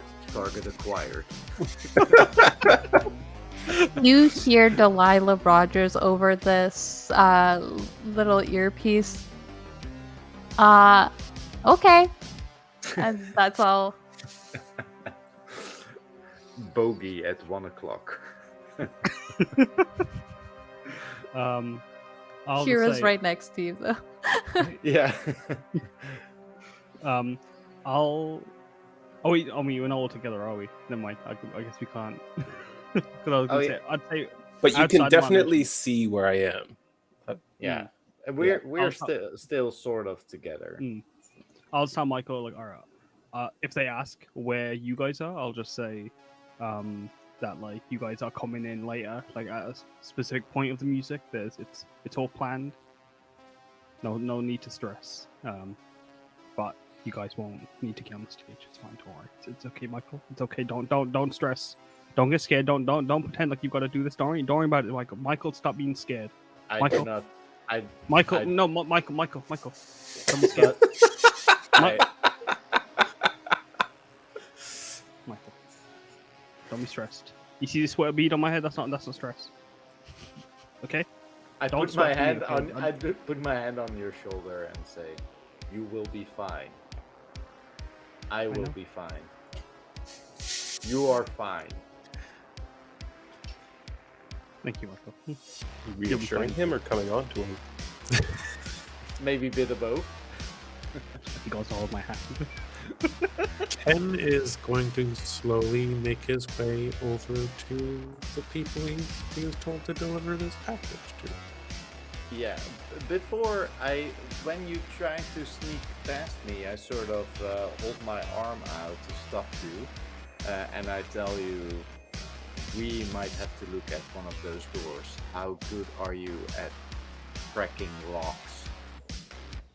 That's not really my specialty. That's Because- a separate field of electronics. We probably need to get to an office. Or is there like an obvious on the desk in the middle of this dance room, like a PC where you would go like, oh, we could probably get some information from that. You would definitely know that this is like a public sort of reception area, and you do actually see that the door to the northeast of the room actually does have like a nameplate that says Via French on it. Meanwhile, Raiden's like got his hands up in this girl's hair, and he's like, "Do you think maybe there's an empty office we could use?" I think maybe there might be, you know. All right, lead the way. She leads, but actually, you know what? Roll me a seduction check. Is seduction a thing? Yeah, Yeah. it is. It's under It's a separate- empathy. Okay, Of course, it's empathy's not my greatest, but we're gonna try this.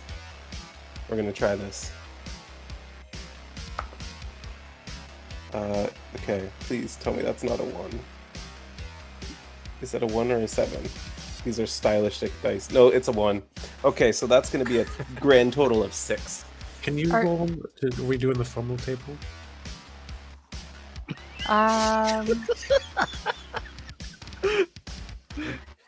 We can definitely do a fumble. I mean, we table. didn't do it for mine, but I didn't bring it up. You're only bringing it up for other people. Wow, foul. Okay, she starts leading you towards the French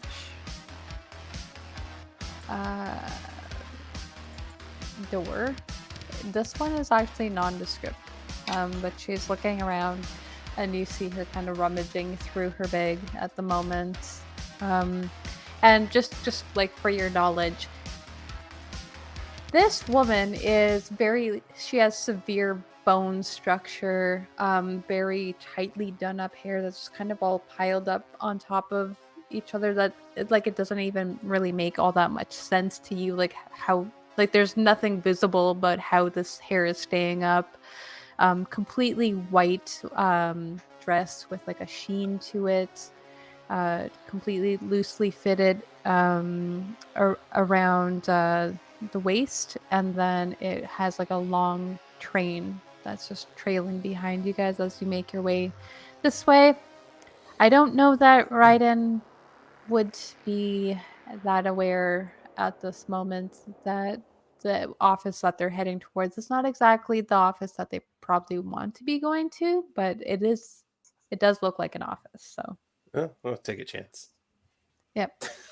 Is there a way? Would I know of a way that we could establish communications over a distance between us? Like, can we set our comm devices to a certain frequency or something? I don't Because have a then- comm device, but I do have a cell phone. I have a microphone on stage. Did you guys ask for each other's numbers? No, we did not. Nope. So I will. Totally. Delilah has it, so you can figure that out. Text Delilah, I need Raiden's number right now, please. She gives you the number of 3 different Raidens that she knows. It's like bing, bing, bing. How are there 3? Okay. Let's Delilah, please. let's just say that the 3 of us that are still together, we exchange numbers real fast. Yeah. But also, I mentioned I mean- again. I don't know. Do you want to check out that office? And I nod towards the door that has the name on it. Is there a way to get over there without being noticed? Yes.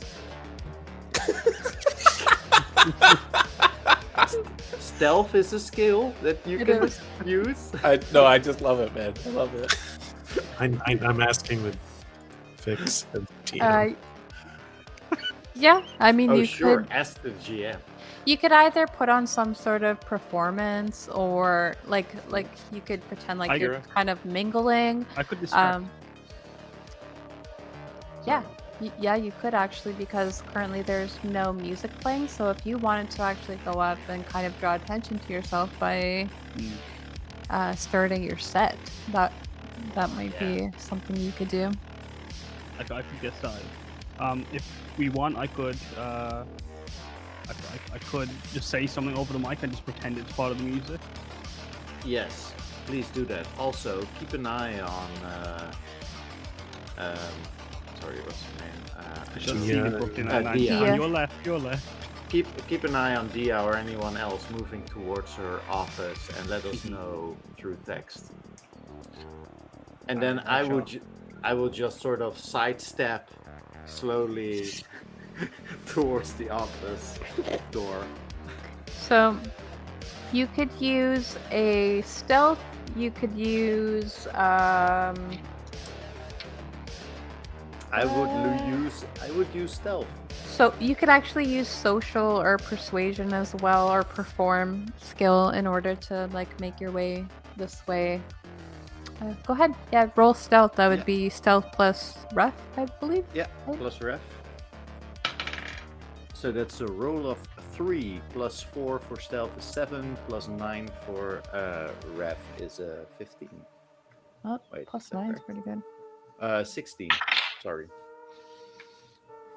All right. Ken, are you just like fully just doing this? Or are you trying to make it seem like you're doing something else at all? Because what you notice of Dia and Hill is that they mostly seem to be scanning to see who has attended their party right now. And so they are kind of scanning the crowd. They aren't really fixated on anybody at the moment. Yeah, I'm trying to, I'm gonna use like the hide evade to try and get out of sight and try to get over there. All right. Total of 16 is what it comes out to. All right, Hira, can you make I feel like this is your whole thing right now, actually. So I feel like this would He should probably be able to combine perform with his class ability. Yeah, your special ability should be Yeah. able to do it. So if you Charismatic wanna- leadership. plus if you have anything in perform or something like that. I do. So like my thingy special needs her. So that would be. I'm trying to find something because my she is wonk. So it'll be like a D10 plus empathy plus perform plus your charismatic leadership. So should be Okay. a big one. It Oh, should cool. be Yeah, a lot. all right. That's a lot. God dang. Okay, math. Give me a second. 7 plus 6 plus 5 plus something else. My empathy. 6. It's 24. 24. Yeah. God dang. Michel, where's your calculator? Oh, one sec. He is the calculator. I am the calculator. No, we don't need any more Fab Michel's there. Got it? Okay. We're good. He has I'm his the abs are calculator. all, his abs is the keypad.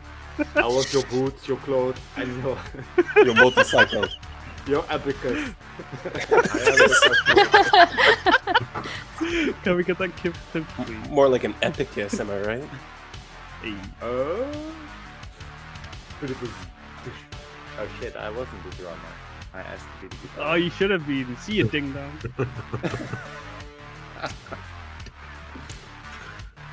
It's too late now. All right. What did you get?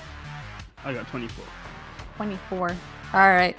So, yeah, Hira steps onto this platform. Also, I feel like I didn't really mention this to chat, but like, Hira's token is just a cat with a microwave.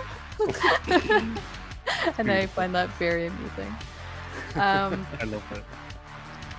Hira steps up to this platform, plugs in his electric kalimba, kind of starts testing out the microphone. What do you say over the microphone when you're trying to make this bit of distraction? Testicles. 1, 2, 3.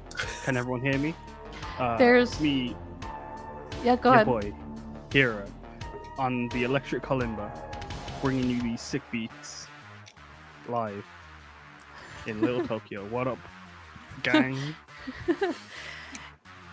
There's like this moment of these people being mystified almost. Like, surely he didn't just say testicles at this party. Like, they all kind of just glance at each other. Nobody wants to say anything though, so they just kind of carry on with themselves. And you get away with that. And Ken and Michael, I assume you guys are making your way to the office. Yes. Yeah, so you head over there. Raiden. Yes. I will roll a body check to see how long this lasts.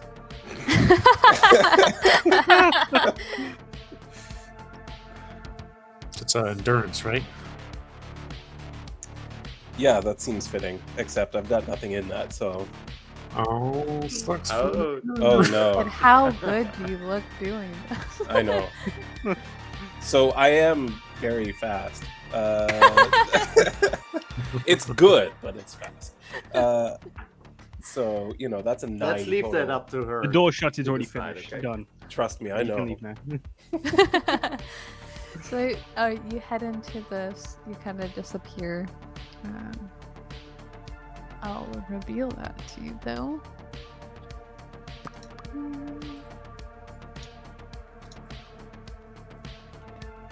Did you reveal it? No, I am now.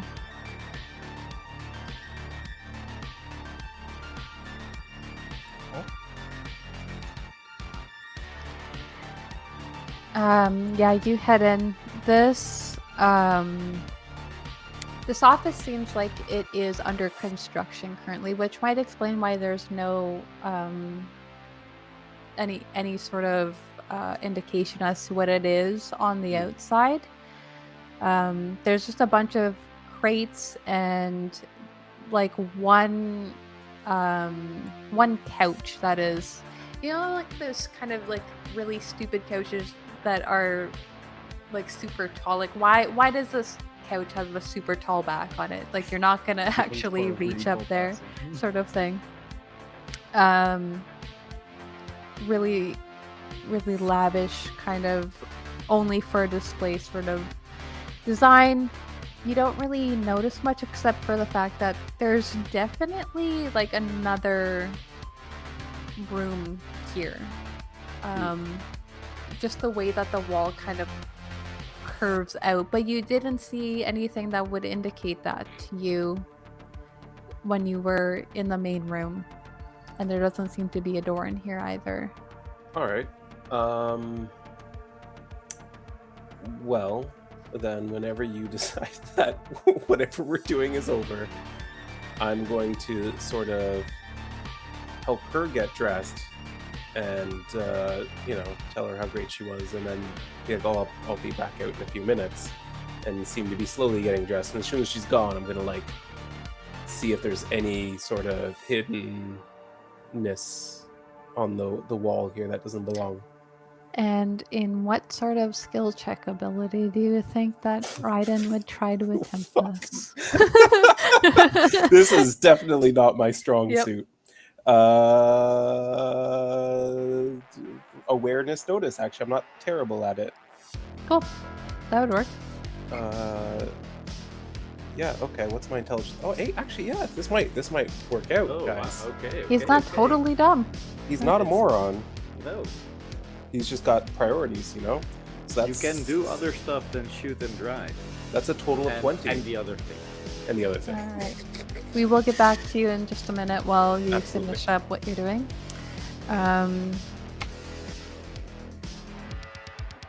But we will go back to Ken and Michael.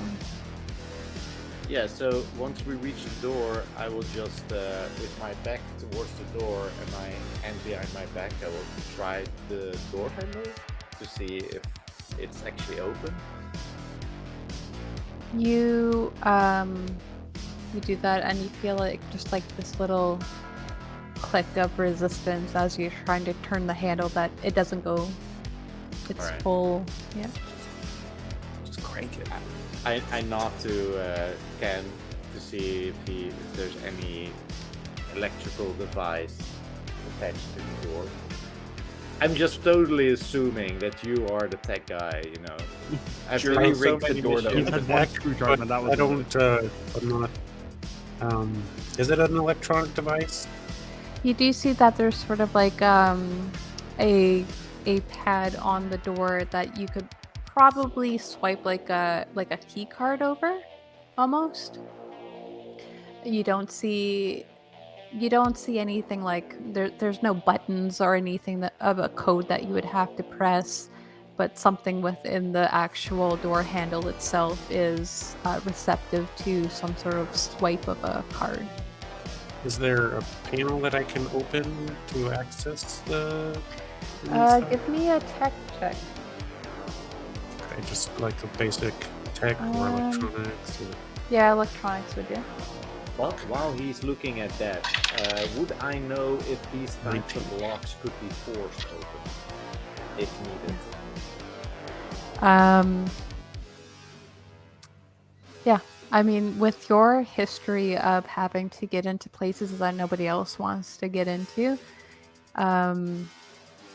you would know of certain like from a technological perspective, you would know like things like magnets or any sort of disrupting wave might allow you like a fraction of a second to kind of turn the handle and get in. Or you could completely brute force this whole panel off, and it's reliant on the door handle itself to get in. But yeah, Ken, you rolled the 19, you said? What exactly are you looking for? Are you looking just for knowledge, or are you trying to do something with this door? So, since I'm not like my skills are more in electronics, but there's like a specific security electronics which I don't have. I just want to see if I can like open the panel and using like my basic electronics or tech knowledge to find a way to just like shut it down and then put the panel back to make it look like it's okay.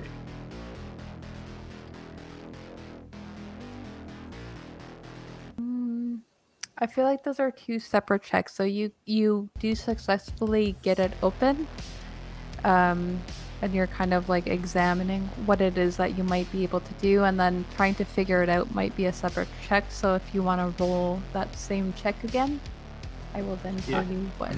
I also relay what I know of these locks, that usually some pulse of a like short EMP or magnetic burst can disrupt the system just enough to open it. Yeah, I got a 22 for that second one. Okay. Ken feels like if he just rewired a little bit of the actual door panel, he knows that if somebody came to inspect this door, that they would know somebody got in. But if he was in and out quickly, you could get through as like a one-time sort of deal.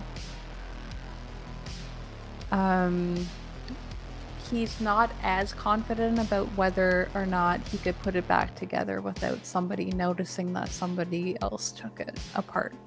So you mentioned this to me? Yeah, I'm like, hey. You guys are all texting in the group chat.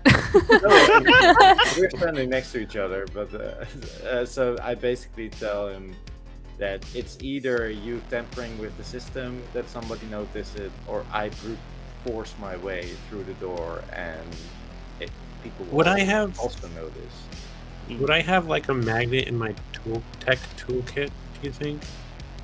Would you? Oh, hey, it's basic tech equipment, man. Yeah, I know, it's pretty standard stuff. Yeah, I'll leave that up to you. That's absolutely. Like we'll just, we'll say I've been around. One of those ones that you can charge to increase the push and pull. Yeah. Hira, can you give me an awareness check of some sort? I can. Once I know how to do that. We can time it. 10, D10, 3, and then plus my intelligence. So that would be... Oh, shit. 12, 13, 14, 15, 16, 17, 18. 18. Alright. Carry on. You guys are doing what you're doing. What does that mean? What does that mean?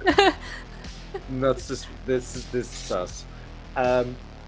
Maybe we can time it. You blast with the magnetic, and I push down the door handle at the same time. Yeah, let's do it. All right, let's do it. 3.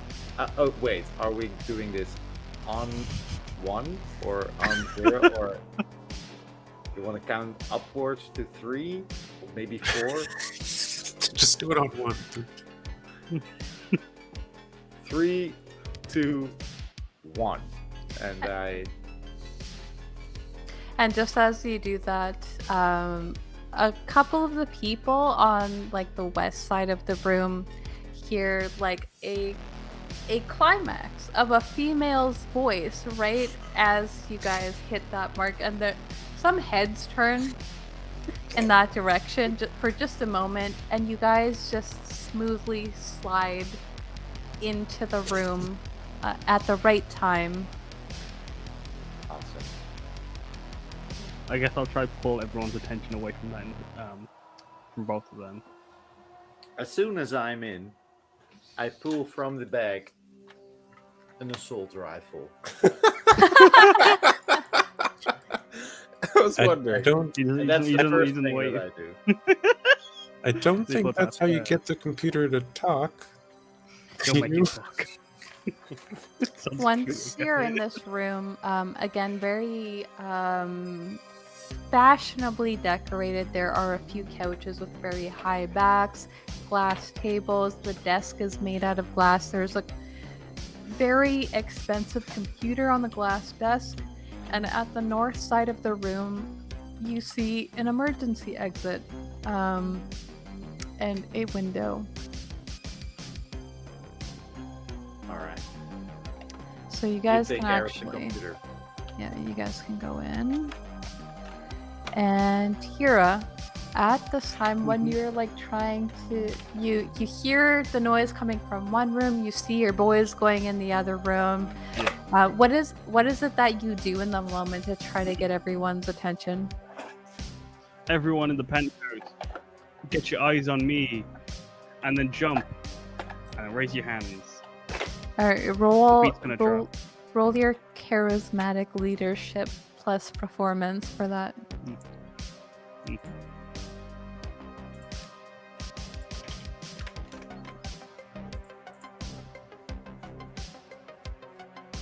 I don't like I'm trying to calculate my head. I feel like let's do this. 20.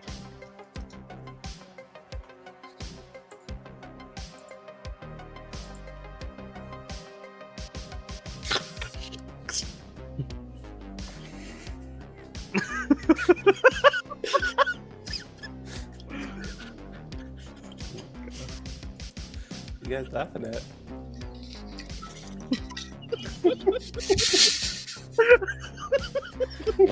Oh my god. You're breaking Kaz at the moment. But Raiden, while Hira's doing that, you are currently like now finishing up, and she's kind of smoothing herself out. You see that she has like a mirror, kind of.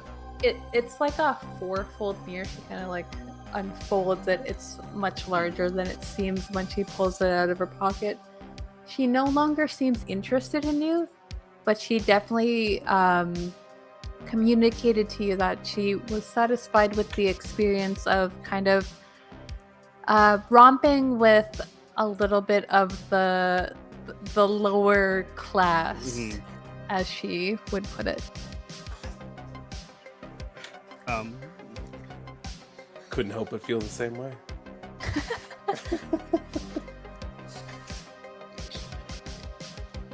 Side note, could I add that like my charm of my set is like the fact that I am extremely awkward when I am performing, so I guess Yes. the awkwardness I displayed Yeah. was just as awkward. Yeah. Sorry. What was the number that you got? Me? Yeah. 20. 20? Mhm.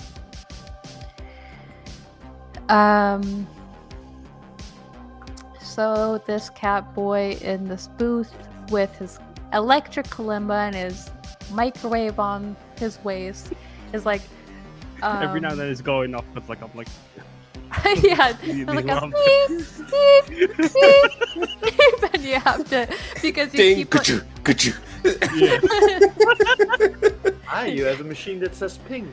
He opens it up and plays with the disc because it's doing the Yeah. graphics. Just put it on the fucking top.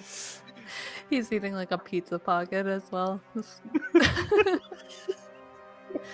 So far, You my are charm, baby. you are very distracting for sure. Ken, what are you doing at the moment in Dia French's office, unnoticed, seemingly? I wanna. I heard there'd be information here, so I'm trying to Yeah. look for that information on the computer. So you have the you can either do some sort of investigation or awareness, or you could use your basic tech skills. Electronics would probably work. Like if you're just looking for basic information from this computer that is in front of you. I would also like Michael to give me an awareness check. I know he's standing around with guns, but I feel like he's keeping a watch. Oh yeah. I'm basically I walked up behind the desk as well, and my keeping my eye on the doors, ready for action. I rolled a 1, by the way.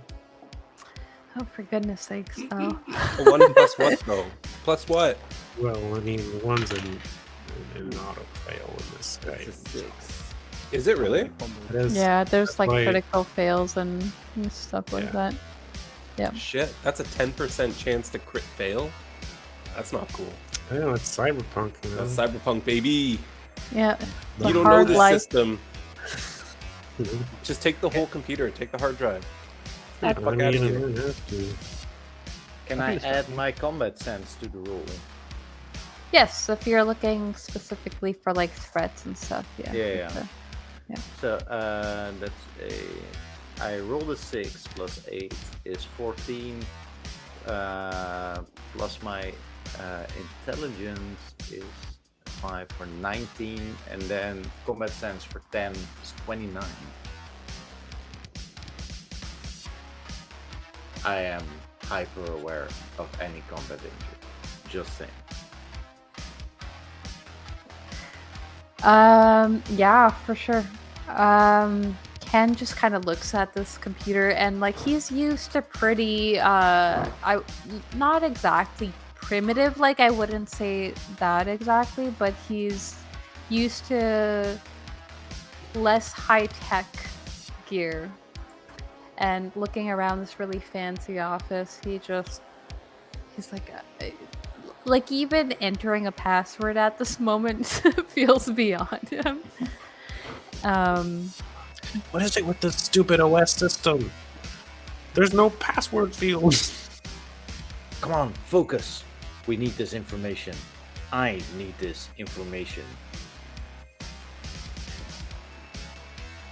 They might be on us any moment.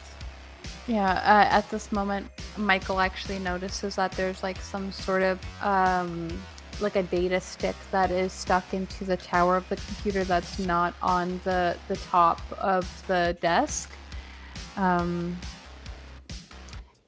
But he also hears some footsteps, and Hira, you actually notice this too, that there are 3 people now approaching the door, and these people seemed as though they were just party goers. But then as soon as they like turn their direction towards this office, you see that they are like, they're strapped. They completely, they have the gear on them to be defending the situation. And at the same time, Raiden, you come out of the office, you kind of slip out. There's a few looks your way, but as soon as they see who you were what with. happened with the door I was Oh, looking yeah. for though? Oh, yeah, you were looking for the door. Okay. I was letting her go out first, and I was looking for the door. So Yeah. when you do that, actually, she then is the one who gets the looks going out of this office, but she looks back at you, and if it seems like you're still like putting yourself together, basically, she leaves you to it. And as you're kind of like sliding your hands across these walls, like you're assuming something is here, something is up. And when you get to the north side, there's like when you put pressure on the north wall, it pushes in a little bit and leads into a small storage room that is completely black.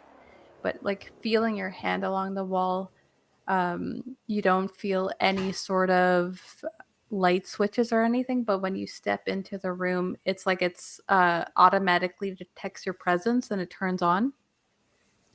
And lighting up this room, you just see just a wall full of like files, and not what you're used to seeing. Like you're used to seeing high tech stuff, some sort of like actual data of some sort. These are all just like paper file folders. It seems almost foreign to you that such a high tech place would keep just like a paper trail like this. Yeah, that's totally weird. I don't. I'm not sure I know what to do with that. I don't even know what data anyone's looking for. I was just curious. If Yeah. only we had each other's numbers.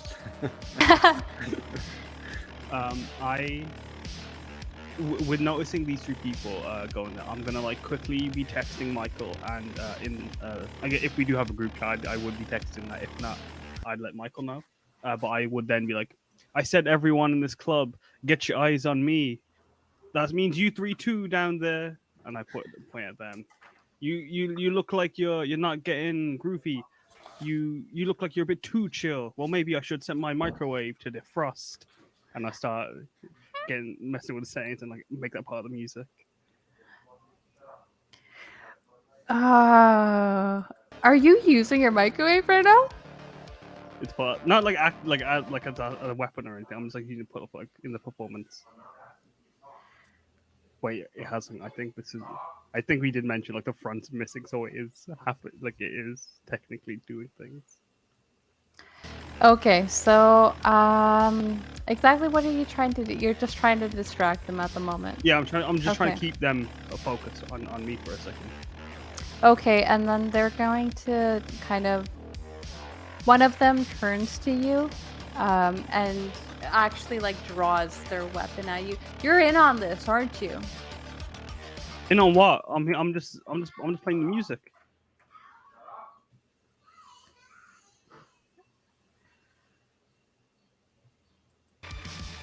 Roll. Do you have deception or anything like that? Let's see. I do not. But I do have streetwise and persuasion. Persuasion would work, yeah. I'm getting way too many 9s today. You got a 9? I got a 9. No, I mean like 9 on my D10. 10. Altogether, it's 19. My D and my what's it called? My persuasion. Better. The man like takes a deep breath, but still turns towards the office with intent. Yes. The moment I got that text, and heard the footsteps, I moved towards the door, I think, and actually put my gun away and draw a katana from my Oh my gosh. Okay. from my guitar case. Okay. You draw your what? From your guitar case, I love that. Okay. I'm gonna change these actually in color so you guys know better. They have become hostile.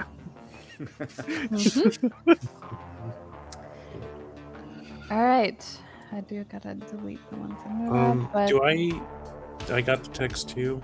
Did you let me know? Because I was probably too busy with the computer. Actually, that reminds me of something that Vix said earlier. When I noticed the, you said I noticed some sort of data source. Something is it? Do you mean there was a data stick. It's sticking out of like the tower of the computer, so like a USB stick almost. Yeah, I pointed out to you. Say, see if you can get information from that. Otherwise, take it. Can you let me know that that these people are coming? Oh yeah, I assume that we got a message. RP amongst yourselves. But I'm just saying that we got As- yeah. Okay. Yeah. If you were too busy with if I didn't see you grabbing your phone at some point, I will say we got company. But I will keep them occupied, and you try to get as much information from Totally. the PC should, as you I mean, want, should, as we you could can. we could like maybe try to hide and make it look like we're not here. No, we're stabbing these. I'm stabbing these idiots. Okay. Well, while she's waiting to get back, I think I'm going to move to hide so that I'm not sitting behind the object that we want to mine data from. Are you mining data from it? Well, I mean, I was trying to, but I mean, if I'm sitting behind the computer and they decide to shoot me, I don't want them to shoot the computer by accident. Okay, when you move away from the PC, I do tell you to grab that data stick. Yeah, okay. I've got some data you guys can have, but you don't know that, so I'm just Oh, I thought you were gonna. gonna say you've got a stick that you can have. And I was like, I'm gonna just open up a random drawer in one of these filing cabinets and grab a handful of documents and just like shove them into my jacket. I don't know what they are. Just random ones. Yeah, I don't know what I'm looking for. Man. No one told me nothing, so Yeah. I'm only here to plant the bomb and get the fuck out. That's Wait, are we totally fine. planting a bomb or are we giving it to somebody? I mean, Sounds that's what she like- means by give it to her, right? It was not specified. I was literally just planning on walking up to this person and be like, here's your present. No, I'm pretty sure it's supposed to go on her desk or something. She did mention the office, for sure. Okay. But that's totally up to how Ken interpreted the situation. Yeah, it's not like we're discussing this over our phones right now. It's not. You were not invited to our group chat, so Cool for us. Hey man, I had better things to do. I'm sorry. You could have mentioned it in the car. Music was too loud. I was shouting. I was trying to get your they attention. they were giving you their phone numbers the whole time. yeah. That was what I was shouting. Did you not hear me? I couldn't hear you over the throbbing and pulsating. Also, the music's really loud. Okay, so Raiden is shoving just random documents. I actually is there like some sort of sleight of hand thing, or maybe I mean, just no like one's near me. I don't need to conceal it. I'm just kind of trying to figure out what it is that you end up luckily grab. Maybe it's just like a luck. A luck? It's- Yeah. Oh yeah, Yeah. there's a luck. Yeah. Luck, man. Where is my luck? Oh, there. Okay. I'll roll luck for you. And Ken is trying to extract data now. Michael is at the door with his katana. I'm gonna hide over here in the east side of the room. Are these like boxes I can hide behind or something? Yep, they're like, they're kind of like bookshelves, like a display of like trophies and anything of prestige that would make Dia French look a better repute. Alright, You're I'll pull hiding out- now. Yeah, I'm gonna pull out my little pistol. Okay, and did you take the data stick or did you leave it Yeah, there? yeah. Michael told me to grab it. Okay, so Ken quickly grabs it, hides. Can you make a hide check for me? And Michael, you are now seeing. I gotta delete that. I assume that if a 1 is an auto fail, that a 10's a win. You realize that this the shelf that you're trying to hide behind is a completely glass structure, and you actually like the reflection of just the angle. They can actually see you like 3 times almost, like just like once at the top, and But I rolled a 10. oh, you rolled a 10? Yeah, I was saying Yeah. like the last one was a 1, the so I opposite. assume that a 10 is an auto win. Yeah, it is an auto. It's like a critical success is what they call it. And so if you roll a 10, then you just like, you quickly dip down, you slip the data stick into your pocket. And as this person enters the room, you can see that they have an earpiece, but the way that they're dressed, it seems like they were trying to fit in with the party at the first place, and they're very like high fashion dressed. Michael, you actually do notice a little bit of armor underneath what they're wearing on their chest. I have an action plan for this moment. All right, what is your action plan? This is what I want to do. I want to grab the first guy that is coming through the door and just pull him in while stabbing the second person. Hira, you see this happening, by the way. So you pull this guy in, and then the second one in is actually a female, but of very like muscular stature. She's wearing a dress that you again can kind of see a little bit of armor underneath, subtly. You were trained to kind of find weaknesses of people, and so you do notice like where it is that she's armored, and you pull her in. Do you do anything with the door? Well, yeah, I would assume that after I mean, if the person is through the door, then I would try to. I can't kick it shut. It's opening the other way. I'm assuming it's opening outwards. It's opening. Reach out to stab the other one, right? It's opening Yeah, inwards. I only have two hands, so I pulled the one in and then I stabbed the other one. And you stab. Okay. Yeah. That's Okay. sorry, Then that's you're it. gonna need to roll for your katana, I guess. Yeah. Yeah. So, do you make like an attack roll? How does that? It is. Yeah. a So magic. Yep. that'll be like your reflex skill plus your sword skill, Yeah. plus a D10 Versus. their reflex skill and their dodge or whatever else they might have that's relevant, plus a D10. I gotta beat Alright. that at 14.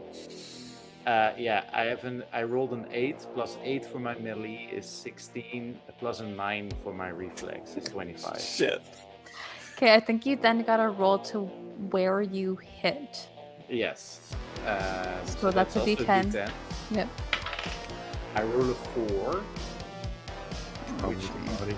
Yeah, I think it's most of it is torso, right? The middle numbers. Yep, that is torso.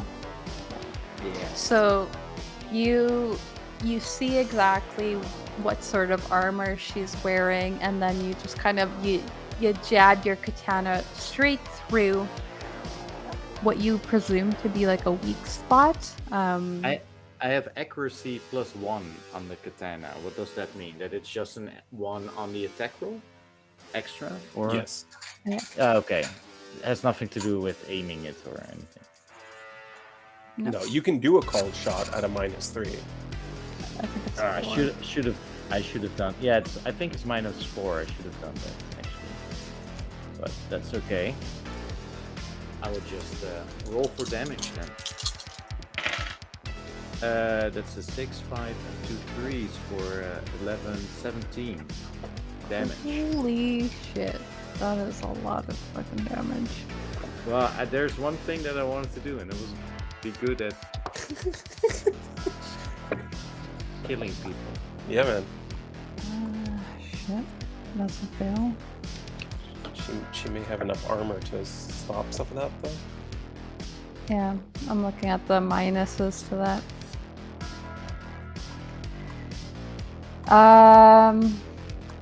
Yeah, she takes a lot of damage from that. You being as skilled as you are. She is currently stunned at the moment. So you just kind of like jam your katana into her, and you guys kind of lock eyes at the moment, and she just seems like stuck there. Yeah. You guys need to roll initiative for me now, though. Is that just a straight D10? I think it's So a D10 D10 plus reflex. Yeah. You want me to roll as well? I thought Plus- as a solo I would Yep. add something. To You that. can add your combat sense, whatever it is. Yeah. Right. And if there's like any modifications that you've had to your body that might be relevant, that also applies here. Yeah. Okay, so mine's a 17. I got 15. I got 15 too. Also realized I don't have a melee weapon, so if I start shooting, people will know. That's fine. That means I know you're actually in a fight.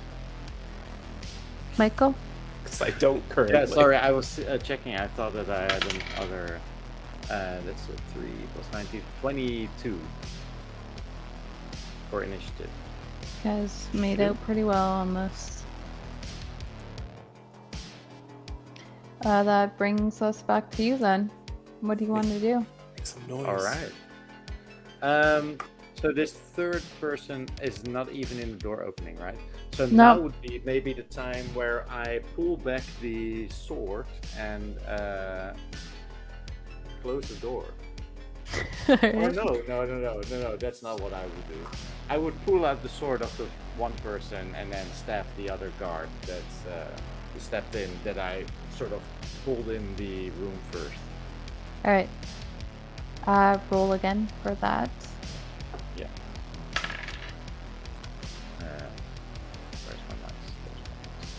That's 2 plus 8 is 10. That's 29. I got a Seems 12, kinda ridiculous. so... Oh yeah. Well- Again, I forgot to do a call shot, which I can easily do, but remind me next time, Shanks. You can do multiple actions, but each consecutive action That's has fine. like a penalty. Yeah. That is accurate. That's 9, 10 is 12 damage. Alright. I'm rolling 4d6s, by the way. For people that- Where did you hit? Oh, yeah, sorry. I'll roll for that. A 5, so probably also the torso. Should be right arm. Yeah. Yeah, that's right arm. You get them clean through the arm. Like, you see that they're mostly wearing torso armor, and Michael just like comes up with his katana, and there is some severing. Like, you know that you got something there, and you just hear an you. And as that voice echoes out, there's a little bit of a turn away from Hira from the party. So So I that heard would- something mentioned about taking extra actions, and You can, and with the and penalty. the penalty. Yes. And what kind of yes. penalty is that? So, and penalty to your attack roll, or to? I think it's a penalty. Yeah, penalty to the attack roll. I think it's a -3 again. All right. I will slice down again at that person after severing the arm, and this time I will call it and try to jam the katana straight through the face area. All right. So that's a -6 in total, which would still get me 12, 22. Again, 29. -6 is 23. Yeah. Go ahead and roll your damage for that. I can't dodge this guy. Disappointment in that. That's And 11 damage. I'm a solo man. This is what I do. Now I kill gotta Michael's roll just some in here. It's just blood spraying everywhere. I'm over here trying to have a nice performance, and you're over there ruining Yep. it with. I imagine these old school ninja movies where, like, with every slice, there's just this fountain of red water. It's like Mm. a splatter. Yeah, you're Yeah. decorating Dia French's office with her Yeah. little henchmen. They're gonna um, notice somebody was in here. Yeah, you actually just like, you said you're jamming it through his head, or are you trying to cut his head off? Oh yeah, no, sure, yeah, I will cut the head off. Yeah, you do that. You just like So, completely. combat reflexes kick in, and as Yeah, I- you notice the resistance from him from the first slice, and then you just like, as you notice that he's grabbing his gun and he's at point like blank range with you, your reflexes kick in, and you just like slice his head off before you could even like process the thought of that. Ken, you're watching this from behind the shelf at the moment, and that brings us to Raiden's turn. Okay, so since everyone in the room seems to be hearing this violence, do I also hear it? Okay, I'm gonna just say that this NPC that you were with has moved out since then. You also were like kind of entering the area. You do notice that there is some sort of like everyone has their attention turned away from Hira, which is absurd because he's putting on the performance of the He's killing it. lifetime. Yeah. Yeah, I'm doing so well right now. Can I see that guy's armed? Yeah, you see that they're about to pull out a gun from their waist holster. All right, well, with his documents tucked neatly into his jacket, he's just going to calmly take a few steps forward, reach into his shoulder holsters, and just pull out 2 huge pistols and just start unleashing hell. Right. So This one I don't roll for, right? That's that's right. on It's based on distance, so like Yeah. I don't know if they're close range or. I was gonna move forward though before I. did Yeah, that, you so can do your I'm movement. moving towards them.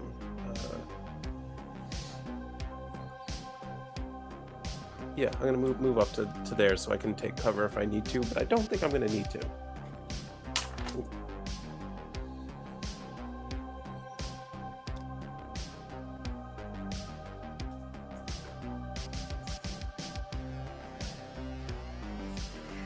Okay, so that is your roll against just Just a DC The based on distance, distance. Yeah. And so that's going to be a 29 on my first 2 shots. So yeah. It's definitely not buddy. extreme. cool. So that's going to be. I wish I got more D6s out now. Okay, hold on. Cold shot next time. 2, 6, 8. 11 plus 1 is 12. 12, and that's the first bullet. And then Where are you hitting? oh, good question. Support. Yeah. The torso. Okay. We also gotta drink our water bottles. Oh, dang it. My water bottle is empty.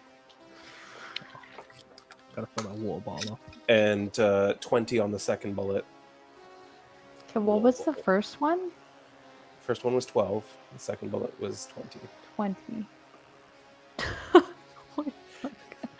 Are you still alive at this point? So you Go ahead. did 2 shots on the same guy. It's a double tap. When I pull the trigger, it fires 2 rounds. Yes, obviously.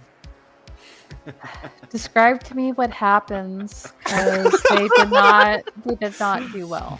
I'm actually disappointed I don't get to fire the second gun, to be honest, but he pulls out his guns and the first one goes off, and these 2 huge, like, 45 caliber pistol rounds just through the torso, and the guy just, he doesn't even see it coming. He's just 2 holes in him and on the ground bleeding out. And then he's Completely- just kind of waving the other pistol around the room. You see that, okay, at the south entrance of this room, you see 2 people that aren't exactly people that you would really care about in terms of the fact that they're both corporate types. But Dia and Hale French are positioned at the southern edge of this room. Dia is a very pale, tall woman. She has one side of her head shaved. Her black hair just kind of swoops down on one side. She's wearing like a black, tall collar that goes like all the way to her chin line and kind of comes down to her her collarbone. She's wearing a black corset that kind of in between the corset and the choker, it's like accentuating her chest, and she's wearing just like this long black leather dress. And Hale is they are like the exact same height. He's more tanned in complexion. He's wearing completely white suit, but through the white suit is just like this gleam that looks a little bit like lights are shooting through his suit. Just the subtle, really subtle flicker throughout his suit. And he's wearing he's completely shirtless underneath the jacket that he's wearing in this suit. And you notice that Hale French now is pulling out a gun and is pointing it in your direction. Okay, perfect. So I'm gonna aim my second pistol at him, and I'm going to go ahead and take a shot at him. Mm-hmm. And that's going to be a 22. Okay. Yeah, boy. Yep, that hits. Yeah, Perfect. Okay. Well then, let's start doing math again, shall we? let's do it. Yes, let's. You need to tell me where it hit. Oh, right. That's the head. Okay. Excellent. I ain't gonna be able to pull up my microwave. For chat who doesn't know, that is really good for this Yeah. situation. They don't mess around with the Cyberpunk rules when they say that it's their combat system is for, how did they call it, like fast Friday fighting? Friday night firefight. Yeah. Mm. It's supposed to be super fast, and I can see why.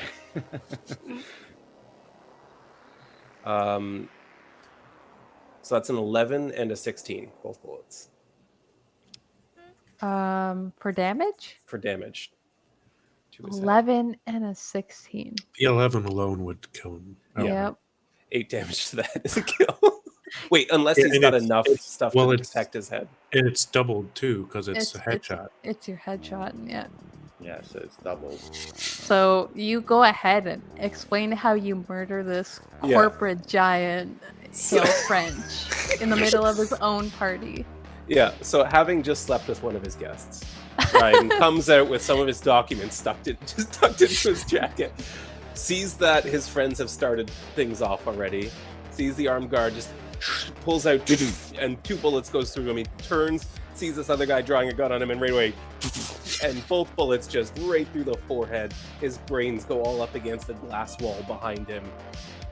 Like a movie situation, you guys are seeing this happen. There is just this quick succession of deaths in this office. Hira's like blaring this like fucking jamming music that nobody's ever heard before. Ken has this really sensitive information just like shoved into his like freaking khaki pocket, and Raiden comes out slow motion. The French is just like, no, like turning towards Hale. And do you take any other actions on a penalty, or do you? I don't think it'd be right for me to really do any more actions at this stage. So, but what he is going to do is just kind of call out as loud as he can, "Time to go!" Alright. Can you hear that? What do you do? So is there still one person alive in this room here? So I will update that. feel like Michael killed the one, and then the other one was damaged. Yeah, Yeah, there was one stunned. damaged. That one was also dead. So, yeah. You have the one person in the room with you at the moment.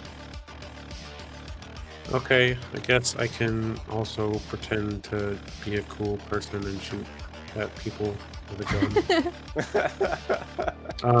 Yeah, Roll persuasion for coolness. I'm going to take out my Arms Avenger from my jacket and do a cold shot at the head. It's probably unnecessary, but roll for attack. It's -3, right? For cold attack. 4. -4. Okay.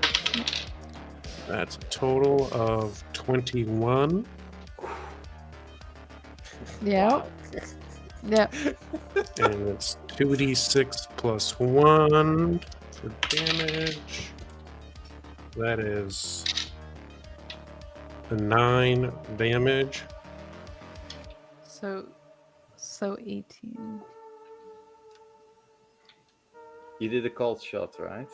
Yes, Yeah, to On the head. face. Yeah. Yeah. to the face, just to be sure. Yeah, just to be sure. All right. So Ken just kind of like steps out just enough to get. Yeah. He's definitely like, from Michael's perspective, if you were to see him out of the corner of your eye, Ken is definitely trying to like embody what he thinks is like a cool guy, and like Yeah. turns the gun sideways, sort of thing, even though it's not even remotely more accurate, but then gets it anyway because of the distance. And this woman just like kind of drops in front of you. There is panic now from all of the rest of the guests. And it is Hira's turn, though. We seem to have lost Cat. He's back. Welcome back. Just It is as your a turn. You were muted. as a There- side note, that when the last person drops in the room as Ken shoots the person in the face, I do the get the blood off the sword swipe, and you can see in brandished letters on the blade, you can see Kendachi Mono Katana as I put it away. Put it away. Ken is the only one who sees this, but you notice that like the swipe that he took up of the arm and then down of the head, and now like this cleaning off of this blade that he flourishes, there's just like an M splattered onto the ground next to Michael. Yeah. Hira, you're up. I am gonna drop to the ground as soon as like I hear the first gunshot. Like the slashing, like I can be safer, but I'm gonna drop it while still performing, still doing my thing. trying to draw as much attention away from them as I can. I'd look for anyone hostile while underneath the DJ booth. Is there anyone I can see that like looks to be? Give- I can't give see any me- hostiles. Tell me what your awareness skill is at. It's which a would also be 3. intelligence. My intelligence 6, my awareness is 3. You want me to roll or? No, I'm gonna kind of treat this as like a sort of passive thing for you.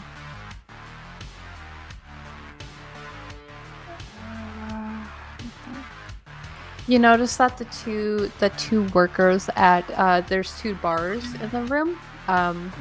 They are also very strapped, and they seem to be trying to subtly engage in this, while everyone else seems to be panicking. They are completely calm and composed. Okay, so I'm gonna, while underneath the DJ booth, I'm gonna turn the microwave towards the closest one, and the front has like the shielding intact, but it's like if I open it, I taped it to get still on, so it's like there. If I take the tape off, it's got no shielding in the front, so I just point it in the direction I want, and then just start turning it on. Alright, so you have to roll a d6 for me. This is so fucking stupid. I know. I saw microwave. I'm like, oh, please, Vix, let me have this. Cat with the microwave. What do you want? It's content. 4. 4? Oh, no. 4, yeah. So you need to roll another 1d6 for yeah. The limb. 3. You got a 3. You know what? Just because this is a freaking one shot. You notice that this bartender is really souped up. This is a very heavily cybernetic bartender, and they're about to pull out a gun. They're looking in the direction of where you know your friends to be, and just suddenly their leg just fucking gives out on them, and they collapse on the ground as you aim your microwave in their direction. Do you want to do anything else with your turn? I am just gonna be ready if I need to do another. I might turn the microwave on again, but I'm gonna like pull the microphone down. Amongst all this chaos, I just want to big up the second best invention ever made, the microwave. There's a little bit of confusion throughout the crowd. You'll notice you'll hear the microwave on every single track from tonight, which you can buy on my album. Respect the microwave. 2 Respect the a.m. old days. cheese grind. Wait, does Hira have his own like microwave line to buy? We will soon. Looking for sponsors. Toshiba, please. I will be Reach out. kickstarting. You'll be kickstarting his own microwave lines. So the bartender on the left goes down with like a thud, and the one on the left aims at Raiden as he's like heading towards the rest of the chaos. And I got a 15 on that roll, which they are close enough to do. All right. Rolled a 3, so that's a torso. Okay. That's good. Torso's good. It's good for you. That is You like that it? is ideal, yeah. For 9 damage. Yeah, my armor is going to stop that completely. Completely? Yeah. Alright. Do you even acknowledge it? Yeah, like it still like it impacts his body. Come on. And he kind of keeps moving as he moves his gun slowly in the direction of that guy. You hear Dia French just shriek at the top of her lungs, "Everybody out onto the balcony now!" And the party starts filing out to the south of you guys. Except for the 2 hostiles in the room.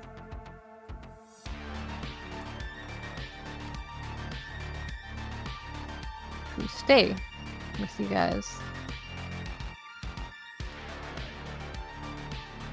And she is going to pull out a pretty dinky looking pistol to Raiden's perspective, probably.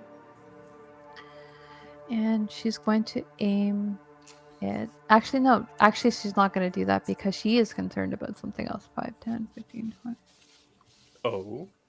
Yeah, she is like booking it towards the office now, but she does have a gun in her hand. And that brings us back to Michael. All right, Michael. Now just so that PC unit thing, is it something you could pick up? I mean, it's probably big, but The one on her desk? yeah.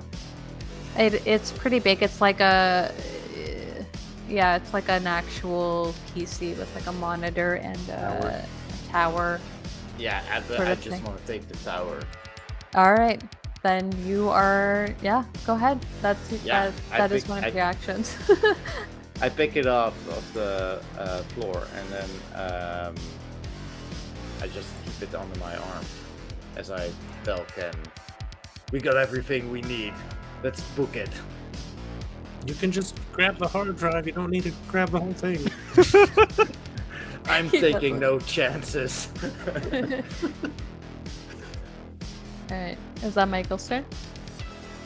And then, if I still can, I would step outside of the office. Yep, you can. All right. Raiden. My turn? Yep. Well then, I'm gonna move towards the elevators, but not before shooting at that bartender who fucking shot at me. I don't know who the fuck he thinks he is. Go ahead. That's gonna be 28. Yeah. So it's like, What the fuck? I mean, I'm good at this. Yep. You know? That's fair.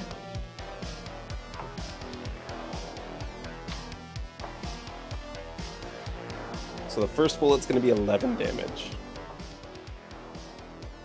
To where? Oh, good question. To the right leg. Alright. You guys are taking out some kneecaps tonight. Boston Kneecaps, Yep. faces, arms. And the second one is 15 damage. I have to roll for that, don't I? That person is so in shock that as their kneecap gets blown off by Raiden, and they see their other, like their partner from across the room also just getting like nailed to the ground by this friggin' microwave, seemingly. What does Raiden do? Yeah, he just kind of, I don't know what this thing is here, but he's just going to kind of roll over it as he's going towards the elevators there. And then he's going to fire off a couple of shots at the hot chick that they're stealing from. Okay. And so that's 25. Armory classes are not high enough in this range. Where? Where is the left leg? Balance things out.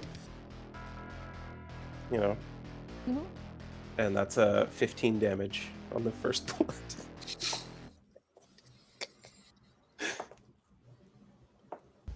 Oh my gosh, you guys keep getting these friggin' mortal wounds.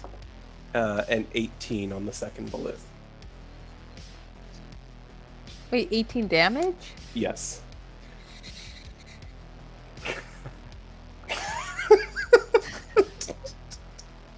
They're very big pistols. Are they... Do you roll a separate thing for each one, or do they both go to her leg? They both go to her leg, yeah.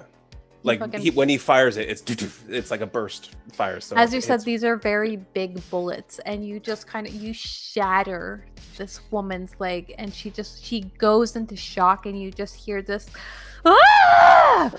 as she hits the ground. She kind of hits her face onto the floor. You just see blood spatter out of her nose. You're not quite sure if she's dead, but she's no longer fit to fight. Ugh, bloody shame too. It's hot, and then he just backs into the elevator lobby there, waiting for his companions or more people to shoot. Which is Ken, you are up. So I'm going to take out the hot pink glitter item. Is this a cabinet? Yep. I'm just gonna leave it in the cabinet and start making my way out. All right. Makes sense to me. That brings us to Hira. I am. You see that your friends are all now moving towards the Yeah. doorway while taking out kneecaps, just like you are. I'm gonna quickly unplug all my equipment that I can. If I can, like, if there was like a way for me to like have some of my music still playing, just as a soundtrack to everything that's happening, I would. Maybe I imagine there'd be like a CD slot. I got just like leave that CD in, almost as like a calling card, if anything. And then I'm gonna like pick up my microwave, carry it over my head, and then rush towards the guys. All How right. much movement do I have? That's a good question. Your movement is. I mean, there's no reduction, so whatever your score is for that, right? I think there's just a run. Yeah, you can just Speed run is- a certain distance. Yeah. Let me see. It would be in your stats, and there's no terrain modifier at all, so. However, I'm going to allow for this because currently the only hostile who is really within their right mind is the bartender that Hira microwaved the leg of. So here's what's gonna happen. Raiden, Ken, Hira, Michael, you plant this pill, this package that you've been given by Delilah. Raiden has just like a coat full of random documents that he has swiped from this nondescript room that he found. Michael has a PC tower underneath his arm. Nice. Here's kind of aiming his microwave at anyone who might move towards you guys. You file into this elevator that you guys took up. Ken, you want to describe to me what happens now that you guys are inside of this thing? So Ken is going to put in the 5, 7. He's going to start spamming the 2 button and then hit like the fire escape button. And you it's got- going to plummet Yeah. for like until it reaches the 5th floor. Then it's going to slowly start going to the bottom. You guys feel your stomach just kind of like jump up into your body at this, and though you brace yourself for just a second, some of you kind of enjoy this new version of going fast. Yeah, Raiden's like, holy shit, as he reaches out, and you're not really sure if he's scared or if he's like arriving. So, I'm very evidently shitting myself right now. Michael's probably like completely straight faced the whole time. This is what business. elevators are supposed to do. They go down. Not just And elevators. you reach the 5th floor. The elevators opened up. This was a really quick thing that happened. You didn't see Dia or Hale indicate to anybody that there might be an issue. And so when you arrive on the main floor, there is just like this eerie sense of normalcy. Everyone's just kind of going about their business, and you guys are all you've just plummeted like 200 floors. I am. fuck. As we make our way, That went really well. as we make our way outside, I touch my ear again. This seemed to have worked before. Delilah, if you can hear me, do you want to make sure that the target is eliminated? You might want to get out very quickly. Do you want the target eliminated? She will be. Let's get in the car Sure, first. it's fine. Okay. Okay. Didn't, So, yeah, I we- dumped the stuff in the trunk and yeah. Michael jumped in the hears. car. Did you maybe like? Is Hale okay? He's like really cute, isn't he? And she's talking your ear off the whole freaking time that you are walking to the car. But you do arrive there, and just as you guys are getting in, and just as Raiden like kicks the engine on, there's just this explosion that you hear from the top. And if you look up, you see that the explosion just is like a pink hued color, and there is just glitter everywhere. Like, how did she get that much glitter inside of this capsule? Raiden, I'd like you to give me a drive a driving check, actually. Oh, okay. Yeah. Absolutely. That's going to be...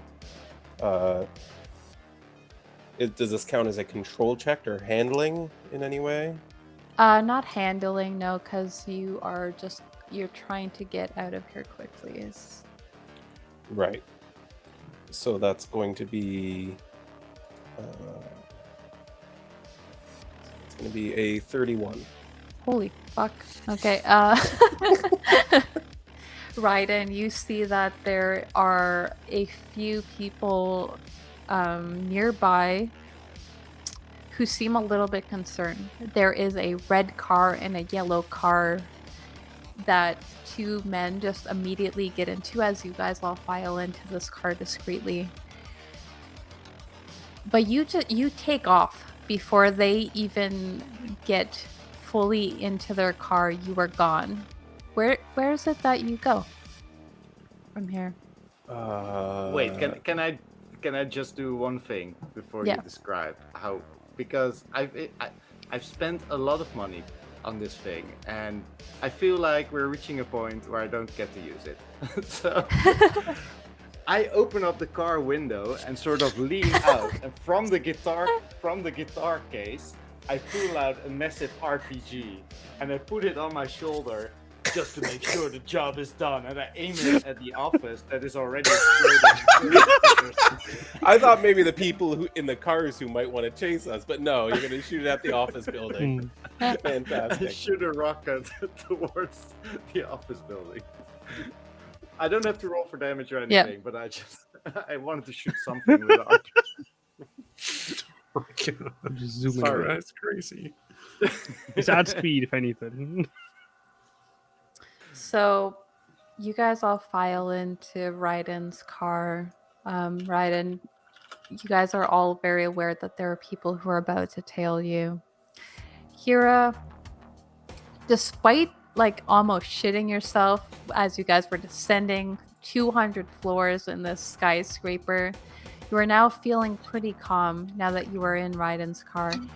And you immediately kind of like lean over to the front, and despite any of Raiden's protests, you plug in what you think would just fit this moment. This song just blaring out from his speakers.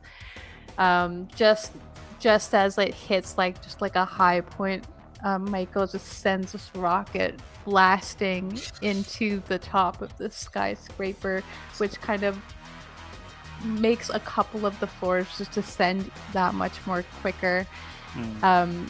As Michael's rocket impacts that, you see even more glitter just kind of explode from the building.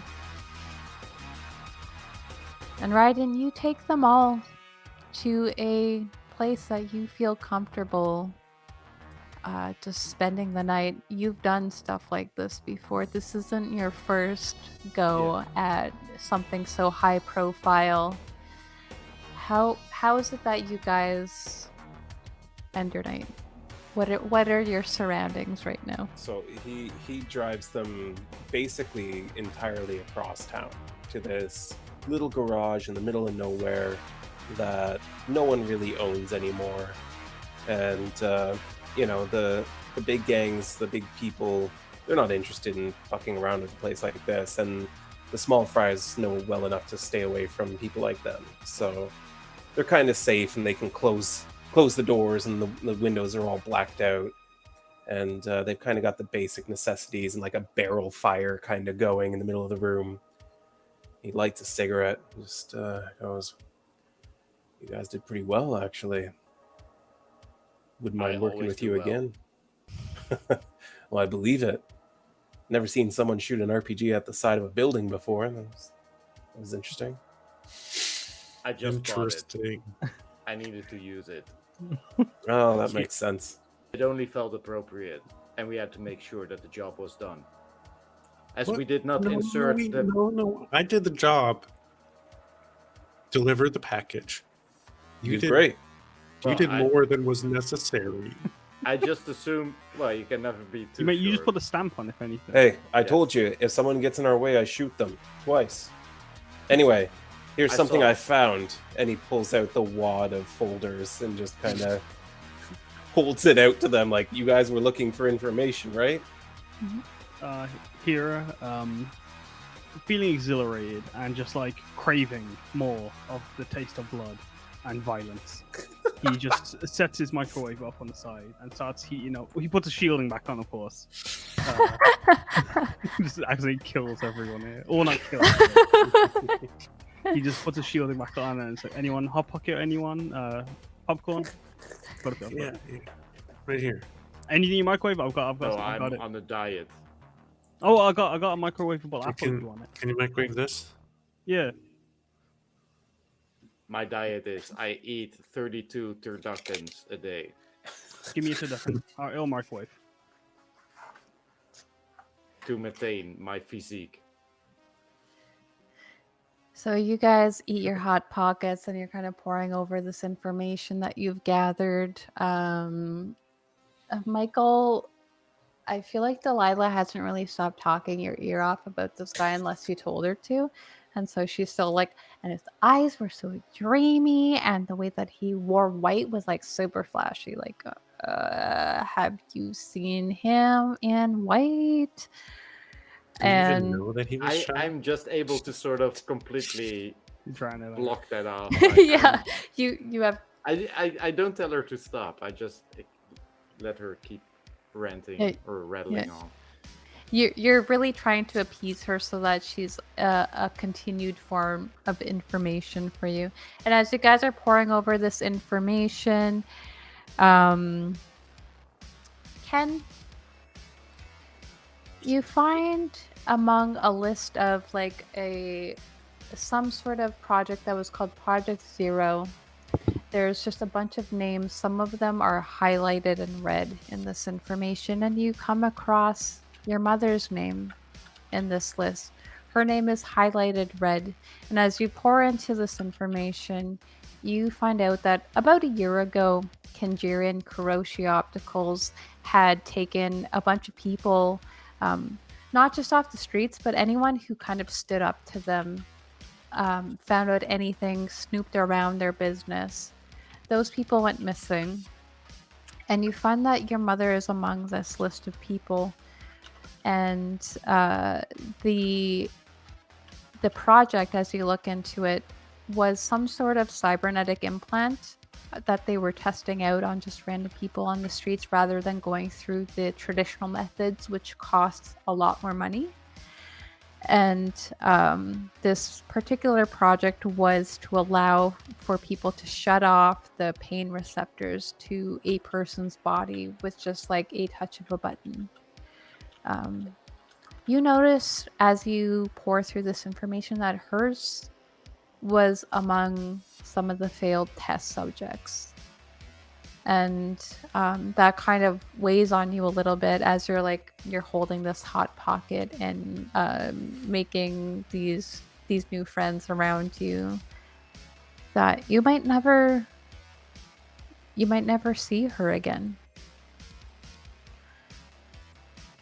Ken is, as he's eating the hot pocket and he reads that his mother was considered a failed test subject, he accidentally lets it go when it just falls onto the floor, and then tears will slowly start falling down his face.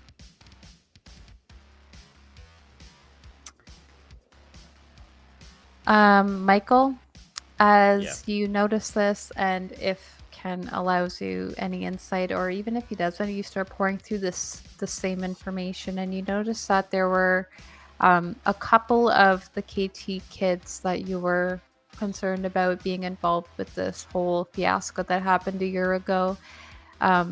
Two of their names are also on this list. One of them is highlighted in red. The other one seems to be presented as a success. You don't exactly know from there that what happened to them, but you have a little bit of hope that you might be able to make headway on this case if you keep pressing into the business that the French were people were up to. Yeah. Raiden, At the end of this, all that's said and done, the next morning you wake up to a very pleasant sounding Delilah. A message has sent your way.